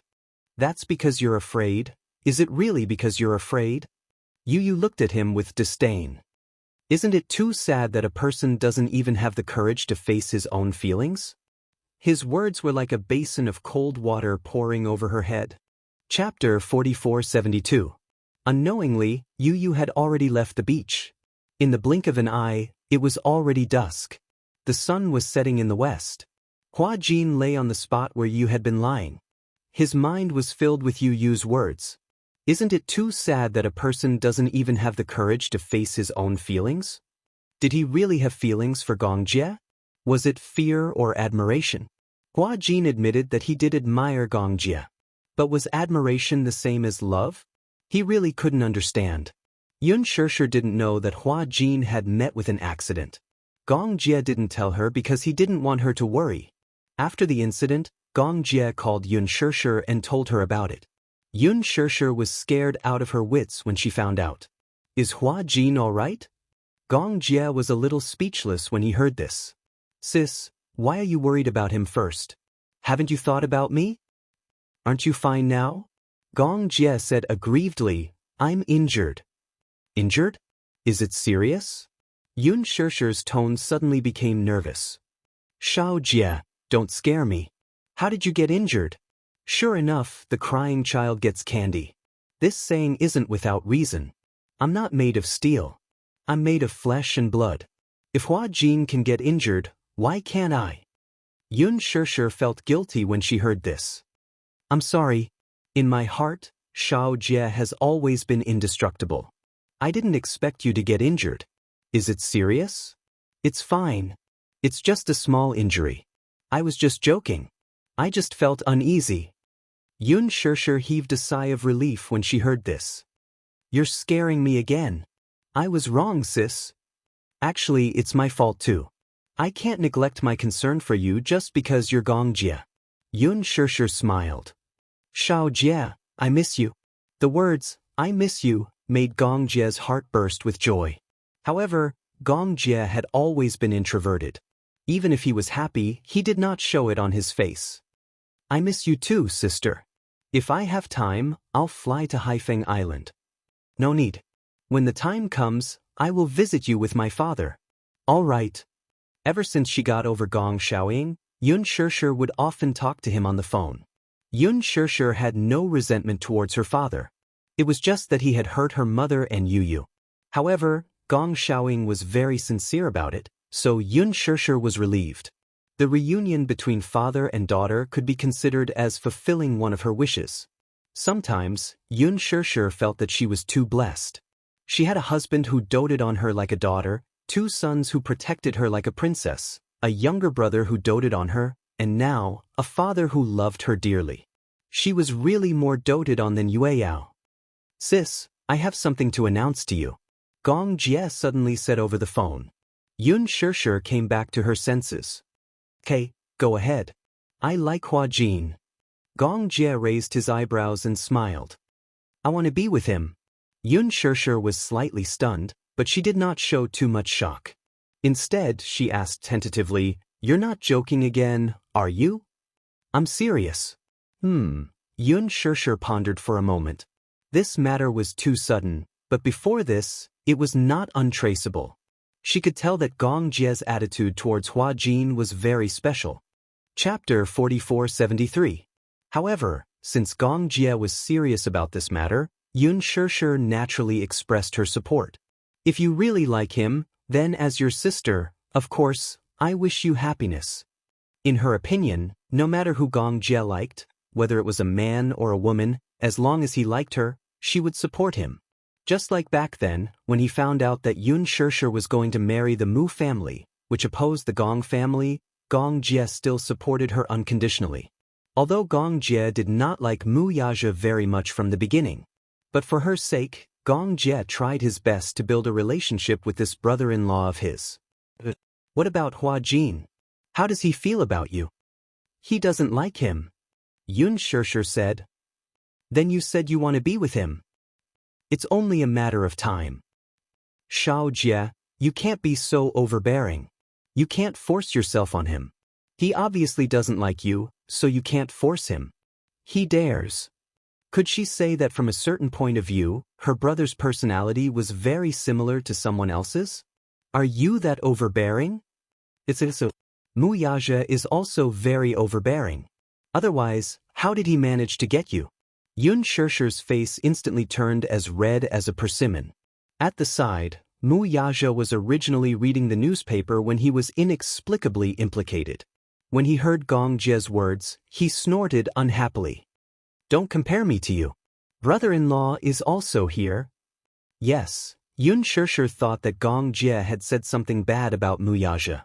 Feeling guilty, she immediately said, your brother-in-law won't stoop to your level. If you didn't like him so much, I might not have approved of him as my brother-in-law. Yun Shirshir was speechless. The smell of gunpowder was very strong.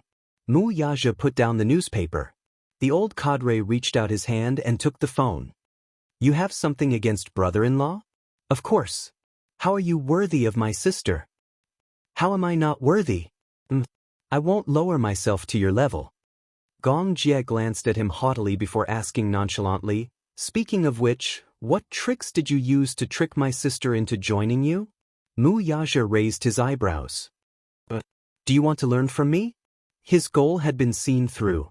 Gong Jie cleared his throat awkwardly, but he still showed a look of disapproval. It's definitely not some honorable method. It doesn't matter whether it's open or not. What's important is that your sister is now my wife. Gong Jie was speechless again. Yun Shirshir watched coldly from the side.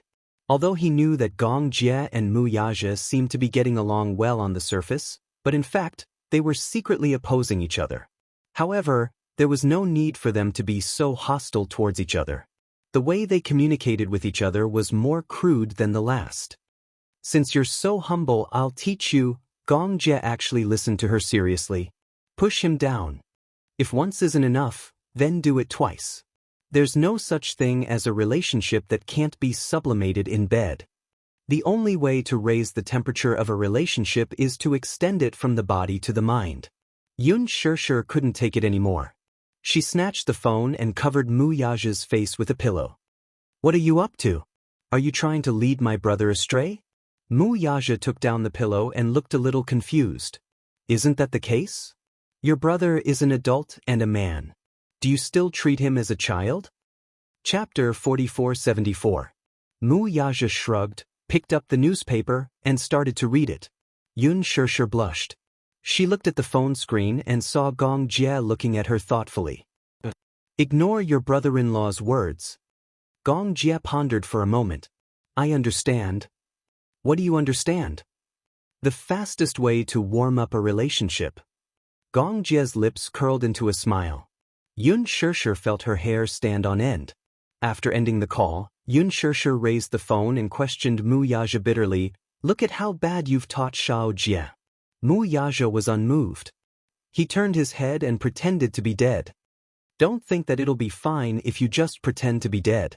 Yun Shirshir put down the phone and picked up a cushion to hit him. How can you say such shameless things? Mu Yaja put down the newspaper and snatched the cushion from Yun Shirshir's hands. He flipped over and easily pinned her down on the sofa. Leaning in close to her face, the man's lips curled into a smile as he breathed out, Madam, did I say something wrong? Besides the soul, the compatibility of the body is also very important. Mu Yaja spoke in a serious manner. She blushed in anger. Where did you learn such dirty jokes from? How can you come up with them so easily? This is the truth. Mu Yaja pecked her lips lightly and said meaningfully, I think that we don't have to interfere too much in the relationship between Gong Jie and Hua Jin. HM? But, what are you worried about? Xianxia was a little distressed. I'm worried. You don't have to worry about that. Gongjie will take care of it. Mu Yaja said intimately in her neck. Now, you just need to take care of things between us. Hua Jin returned to the castle from the dining hall. He walked up the stairs to his room and pushed the door open, only to see Gongjie occupying his big bed. Hua Jin was shocked. If he hadn't confirmed that this was his room, he would have thought that he was drunk and went to the wrong room. You're back? Why are you here? Gongjie lay on his side. I'll sleep here tonight. This is my room. And then? If you want to sleep, go back to your room. I'll sleep here. Gongjie said rudely, I'll sleep with you tonight. It seemed that Gongjie really wanted to take Mu Yaja's advice as a reference. Hua Jin was completely petrified. What was this guy up to again? He gulped and turned around. Then I'll sleep in your room. Gongjie said slowly, I promise you, you won't be able to walk out of this room. Hua Jin couldn't take it anymore and turned around. Tell me, what's your purpose? To sleep with you. It was an overbearing and rude answer. Full marks. Hua Jin almost had a heart attack from the shock. If he knew that this was Mu Yaja's idea to Gongjie, he would be so angry that his face would change shape. I think that the progress between us is too slow. Gongjie lay on the bed freely. Every word he said was enough to make Hua Jin shudder. I intend to speed up the progress between us. You must be crazy. Hua Jin walked to the bed and started to drive him away. Get up and go back to your room to sleep. However, he had neglected to keep a distance from Gongjie. The next second, his arm was pulled and he was the one in control. Chapter 4475. Hua Jin replied, I don't want to. Did this guy come here with the intention of eating him alive?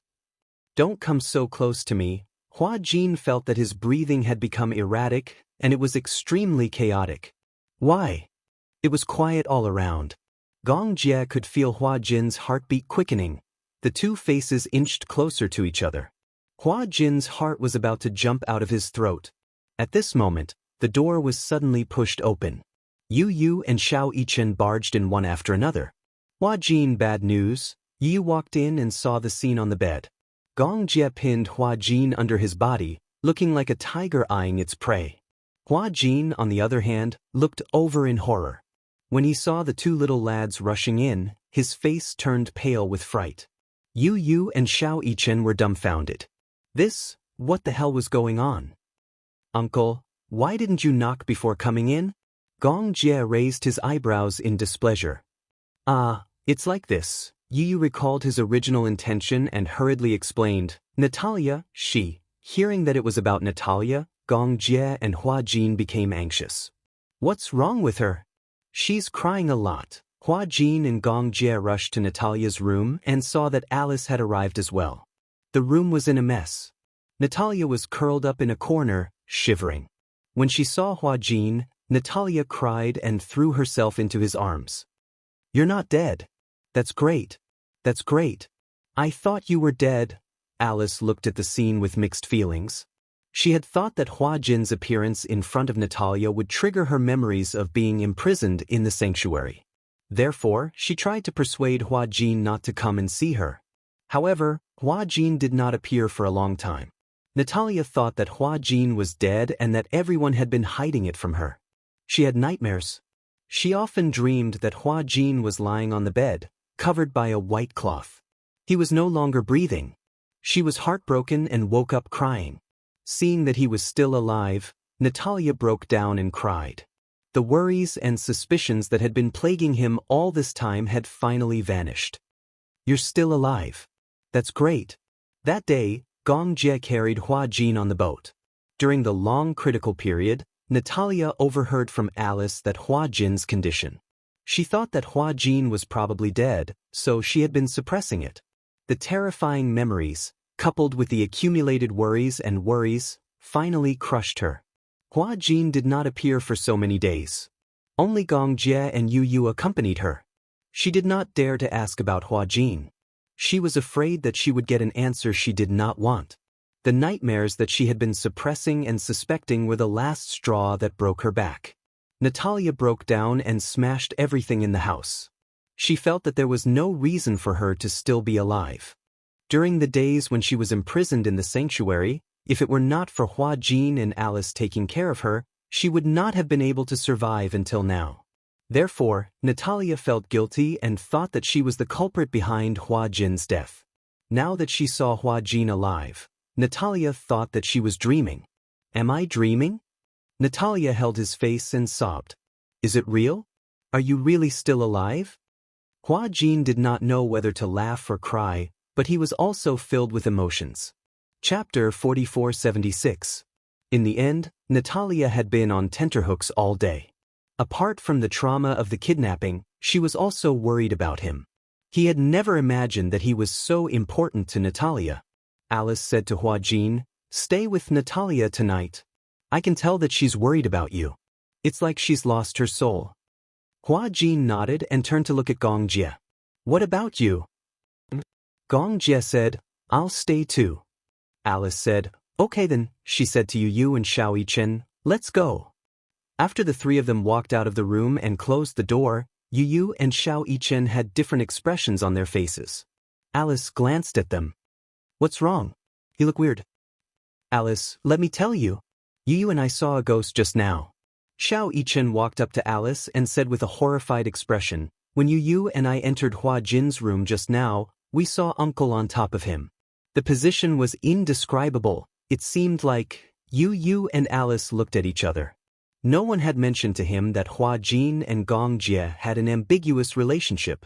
Obviously, Xiao Yichen was the last one to be kept in the dark. Obviously, he had not recovered from the shock of seeing Hua Jin and Gong Jie on the bed.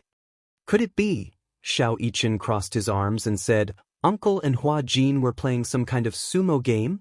Yu was speechless. Alice said, "You can be more imaginative." "What else could it be?" Xiao Yichen looked at Yu. "Yu, what do you think?" "Uncle likes Hua Jin." No, that's impossible.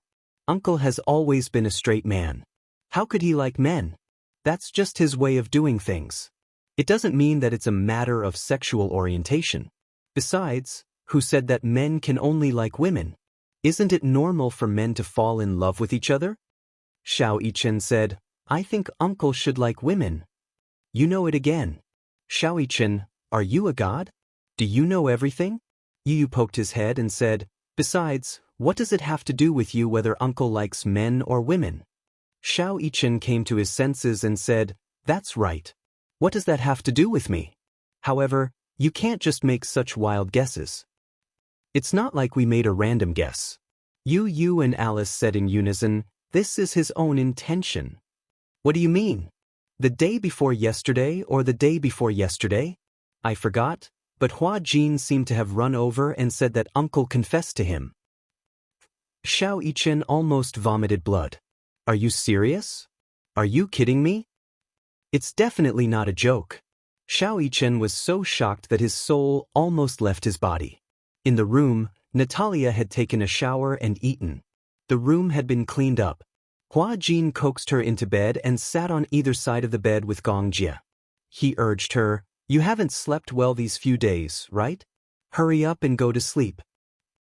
"What about you?" Natalia looked at Hua Jin and then at Gong Jie. "Will you leave after I fall asleep?" Hua Jin and Gong Jie looked at each other and shook their heads. Gong Jie said, "We won't leave. We'll stay here with you." "I don't believe you." Chapter 4477. Natalia was afraid that they would leave quietly after she fell asleep, so she patted the bed. "Lie down and sleep together." The bed was very big. It was 2 meters wide and 2 meters long. It was not small at all for the three of them to sleep on. Hua Jin knew what Natalia was worried about, so he lay down obediently. Gong Jie and Hua Jin lay on either side of her. Only then did Natalia feel much more at ease. Nestled in Gong Jie's arms, Natalia murmured, "I miss home." She missed the home that only belonged to Gong Jie, Hua Jin, and her. This place was so unfamiliar. She was surrounded by bad memories. She could not sleep well. "When you're better, we'll go back. I'm already well nourished." Natalia pouted. "I want to go home." "Okay, sleep first, okay?" Hua Jin's ability to coax children was already top-notch. Natalia said. Give me a good night kiss. Hua Jin gently kissed her forehead. When Gong Jie saw this, he felt indignant. I want one too. Hua Jin was speechless. He thought coldly in his heart, are you a freaking child? You want a good night kiss? Aren't you childish? Gong Jie also stared at him meaningfully and even moved his handsome face closer. He was obviously being shameless. Natalia was amused. Hua Jin was forced to do so, but he still satisfied him and kissed him lightly on the forehead. Gong Jie was still not satisfied. That's it? That's it. Sleep. Hua Jin blushed and lay down. He hugged Natalia and closed his eyes. Natalia fell asleep very quickly. Not long after, Hua Jin was also very sleepy and fell asleep very quickly. Gong Jie, however, could not fall asleep. He propped his upper body up and laid on his side. He held his head and quietly looked at the two people lying beside him. Hua Jin and Natalia slept in each other's arms. Both of them slept very quietly. Natalia's arm was placed on Hua Jin's chest. Under the moonlight, this scene was inexplicably heartwarming. The next day, when Hua Jin woke up, Gong Jie was sleeping soundly with Natalia in his arms. He walked to the window and pulled the curtains open. The long-awaited sunlight finally poured in. The whole room was much brighter.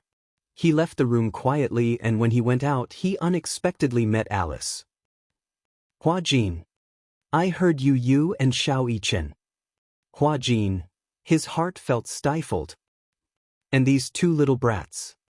Don't listen to their nonsense. Actually, there's nothing wrong with admitting it. After a pause, Alice's expression became serious again. Today's news is out. It's about the sanctuary. As she spoke, Alice handed the tablet to Hua Jin. Hua Jin took the tablet. Many of the world's authoritative media outlets reported wantonly. The news of the sanctuary's mass suicide that night shook the world. Such a brutal mass suicide case was extremely rare. Undoubtedly, this explosive news lasted for a long time. At the same time, the war in East Africa officially began. The International Peacekeeping Organization of the United Nations had already begun to intervene. More than 1,000 believers voluntarily took hydrogen chloride and died within seconds. Chapter 4478. Alice said, Hua Jin, the International Federation already knew that you were one of the survivors at the scene. Some reporters wanted to interview you, but they were all blocked. During this time, other than here, don't go anywhere else. But I suspect that there are still believers left in the sacred hall. They might already be looking for your whereabouts, which is bad for you. Hua Jin, on the other hand, was baffled. Why are those believers looking for my whereabouts? What does this have to do with me? Because you are the holy son chosen by the leader of the sacred hall. Those believers believe that as long as they complete the ritual, their leader will obtain eternal life. That's ridiculous. Hua Jin finally couldn't help it. I'm innocent. Those believers have been brainwashed. In their minds, Jim is God, and you are the holy son chosen by God. After completing the ritual, your will and spirit will make Jim's soul more indestructible, and those believers who follow him will also obtain eternal life. Hua Jin couldn't help but think about it in horror. I suspect that those believers who pretended to take the medicine are not repentant or have thought it through, but stubborn evil cult members. They must be sparing no effort to track your whereabouts. Hua Jin nodded lightly. You stay in Darkwind Island, don't go anywhere for the time being. Alice said again, Hurricane will send mercenaries to track down the whereabouts of those believers, eliminate them, and hand them over to the International Court for trial. Those believers were not caught? No. Only one was caught. We only managed to capture one of them. The other 5 seem to have escaped and have disappeared without a trace. Hua Jin looked at the news displayed on the tablet with a heavy heart. Alice asked again, what was the situation like that day? You haven't mentioned it to me. Why did Jim choose you to be the Holy Son? Hua Jin heard this and couldn't help but sneer. You think Jim created the so-called doctrine to save those believers? He only selfishly wanted to take the money and property of those believers. In other words, even he himself knew that there was no such thing as the Temple of Light, and there was no such thing as eternal life. It was just a crooked practice that he had instilled in his followers. He needed a reason and an excuse. It is said that Jim referenced the ancient burial system of Z country. Jim regarded the thousands of believers as his slaves. He believed that after death, the soul lived in another world. The tomb is the residence of the owner of the tomb in another world. Everything is handled according to the etiquette of death is like life, death is like life, death is like existence. After the slave owners and nobles died, they would bury their slaves with them so that they could be enslaved after death. Thousands of followers were willing to be buried with him. Even if they had souls after death, he was still the cult master with boundless glory. He's just treating a few thousand lives as child's play. Most of his followers are victims of war and bankrupt civilians. They just want to find a place to shelter them, and Jim instilled this belief in them in the name of the Temple of Light. As for him being chosen as the Holy Son, the so-called living sacrifice also came from the ceremony recorded in the Holy Sutra. Chapter 4479. Alice nodded. I'll talk to Gong Jie about this later. Anyway, it's best that you don't go anywhere except Dark Wind Island for now. Hua Jin nodded. Alice suddenly looked at him strangely. Hua Jin touched his face. What? Let me ask you, huh? How far have you progressed with Gong Jie? Alice had a curious look on her face, as if she wanted to hear some gossip. Hua Jin said, Why are you asking about this kind of gossip? Because I'm curious. Alice said anxiously. I see that you like Gong Jie, so don't reject him. Hua Jin said righteously, I'm a straight man, Xianxia. This has nothing to do with being a straight man, right? Gong Jie doesn't like men either. It's just that the person he likes is also a man. What's the conflict? Hua Jin was speechless. What she said made so much sense that he was speechless. After Gong Jie woke up, he coaxed Natalia to wash up and go to the dining room for breakfast. Alice, Hua Jin, Yu, and Xiao Yichen were sitting together for breakfast. When Hua Jin saw Gong Jie, he immediately stood up and walked away as if he was avoiding something. I'm full. With that, he walked away as if he was fleeing from a disaster. Gong Jie sat down in confusion and snorted. It's like he's hiding from a tiger. Alice took a bite of her sandwich and giggled. Doesn't such a guilty expression mean that he's interested in you? Gong Jie looked surprised. How did you know? Let me ask you. Alice suddenly glanced at Natalia, who was standing at the side, and then hinted at Yu with her eyes. If Yu and Xiao Yichen couldn't tell, they would be fools. Hence, Yu held Natalia's hand and said, Natalia, what do you want to eat? Ham sandwich. The three little buns ran away. Alice held her spoon and narrowed her eyes. She asked mysteriously, Did you kiss her? Yes, Gong Jie was shy. Although he didn't blush, there was a hint of hesitation in his tone. Did he resist? He struggled a lot. Then, did you show that disgusted expression? No. That means that Hua Jin has feelings for you. Alice was so excited that she put down her sandwich. No, it's very emotional. Why do you say that? Obviously, Gong Jie didn't think so. He even felt that Hua Jin should be very resistant to him. Alice smiled and said meaningfully, I'll teach you. You can do an experiment. Alice glanced at Zax, who was sitting not far away and eating breakfast.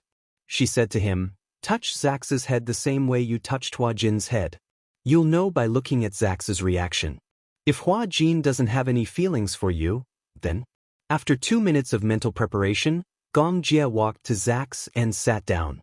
Zax was the mercenary instructor of the Hurricane Group. He was 28 years old, young and handsome. However, he was an upright and outspoken man. He was an extremely flirtatious man. Chapter 4480. Little Jia. Gong Jie called him affectionately. Little Jia was how Zax's girlfriend had always addressed him. Zax's face was instantly filled with horror, as though he had seen a ghost. He endured the nausea and asked blankly, Young Master Jie, what's wrong? Nothing. Gong Jie rested his chin on his hand and gazed deeply at him. I just want to quietly watch you eat breakfast. I feel that you look so good even when you're munching on a hamburger. Whoosh whoosh whoosh, Zax could clearly feel the goosebumps all over his body breaking out. He felt that his scalp was clearly tightening. This Gong Jie, what was going on? Why was he staring at him with such a strange gaze for no reason? Could it be that after returning from East Africa, he had been influenced by those evil sects and had gone mad? Zax swallowed hard. You have a fever? Do I? Zax was still worried. He reached out his hand and gently placed it on his forehead. In the next second, Gong Jie gently covered the back of his hand. His seemingly unintentional action made Zax shiver all over. He was on guard and looked at him as though he was looking at a pervert. Are you really a Gong Jie? He suspected that the person in front of him was a demon in Gong Jie's skin. Zax slapped his hand away. What are you doing? Gong Jie raised his eyebrows.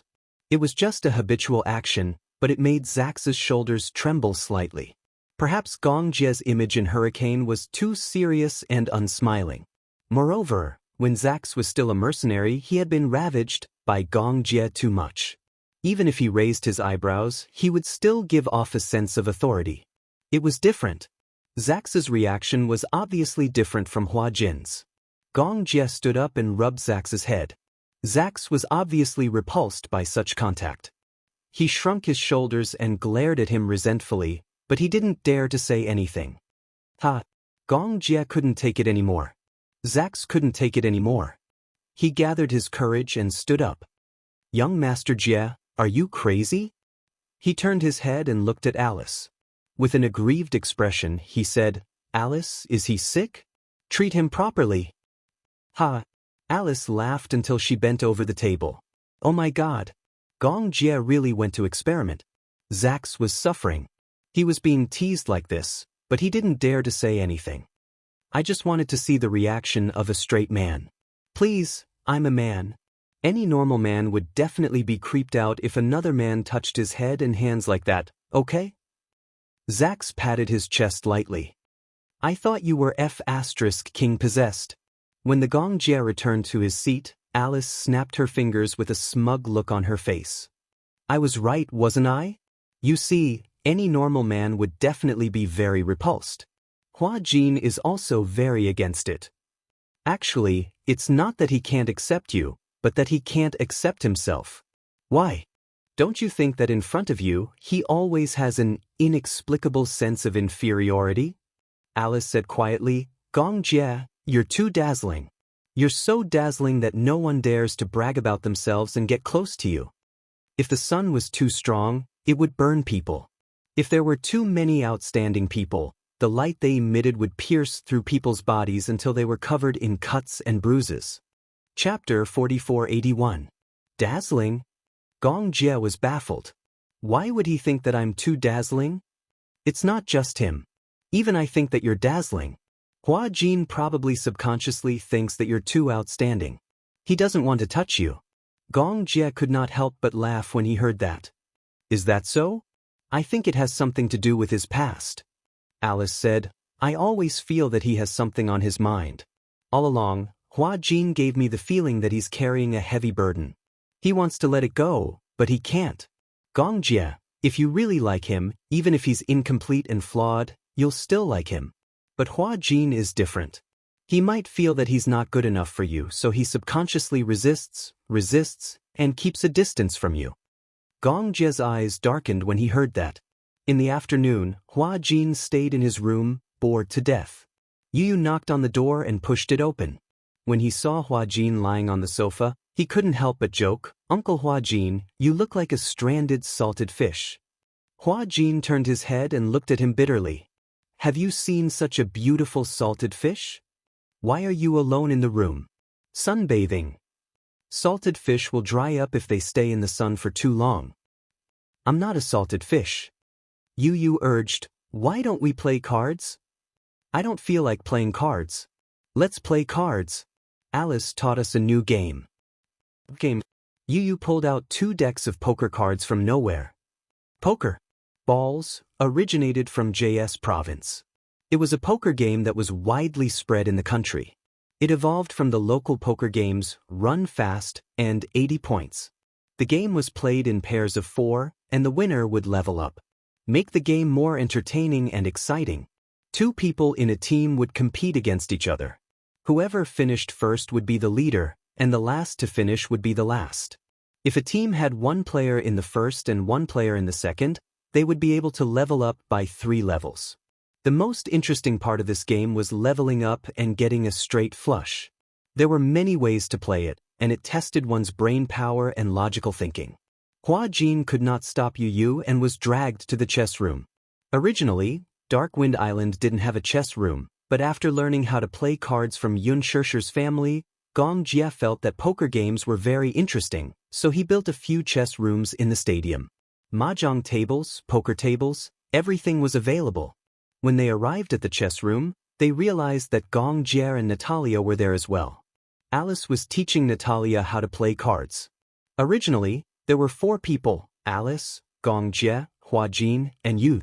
Xiao Yichen was not very good at poker games, so he politely declined. Natalia learned how to play, and she wanted to play as well. Therefore, Alice said that she didn't want to play anymore, and she wanted to be Natalia's strategist. The teams were divided into groups, and the 4 black and red cards were used to draw teammates. For some reason, Hua Jin was assigned to the same group as Gong Jie. It was unknown if it was a tacit understanding or something else. Hua Jin probed, "There's no punishment in this game, right?" "There is." Alice said, "Truth or dare?" Again. Hua Jin stood up and wanted to leave,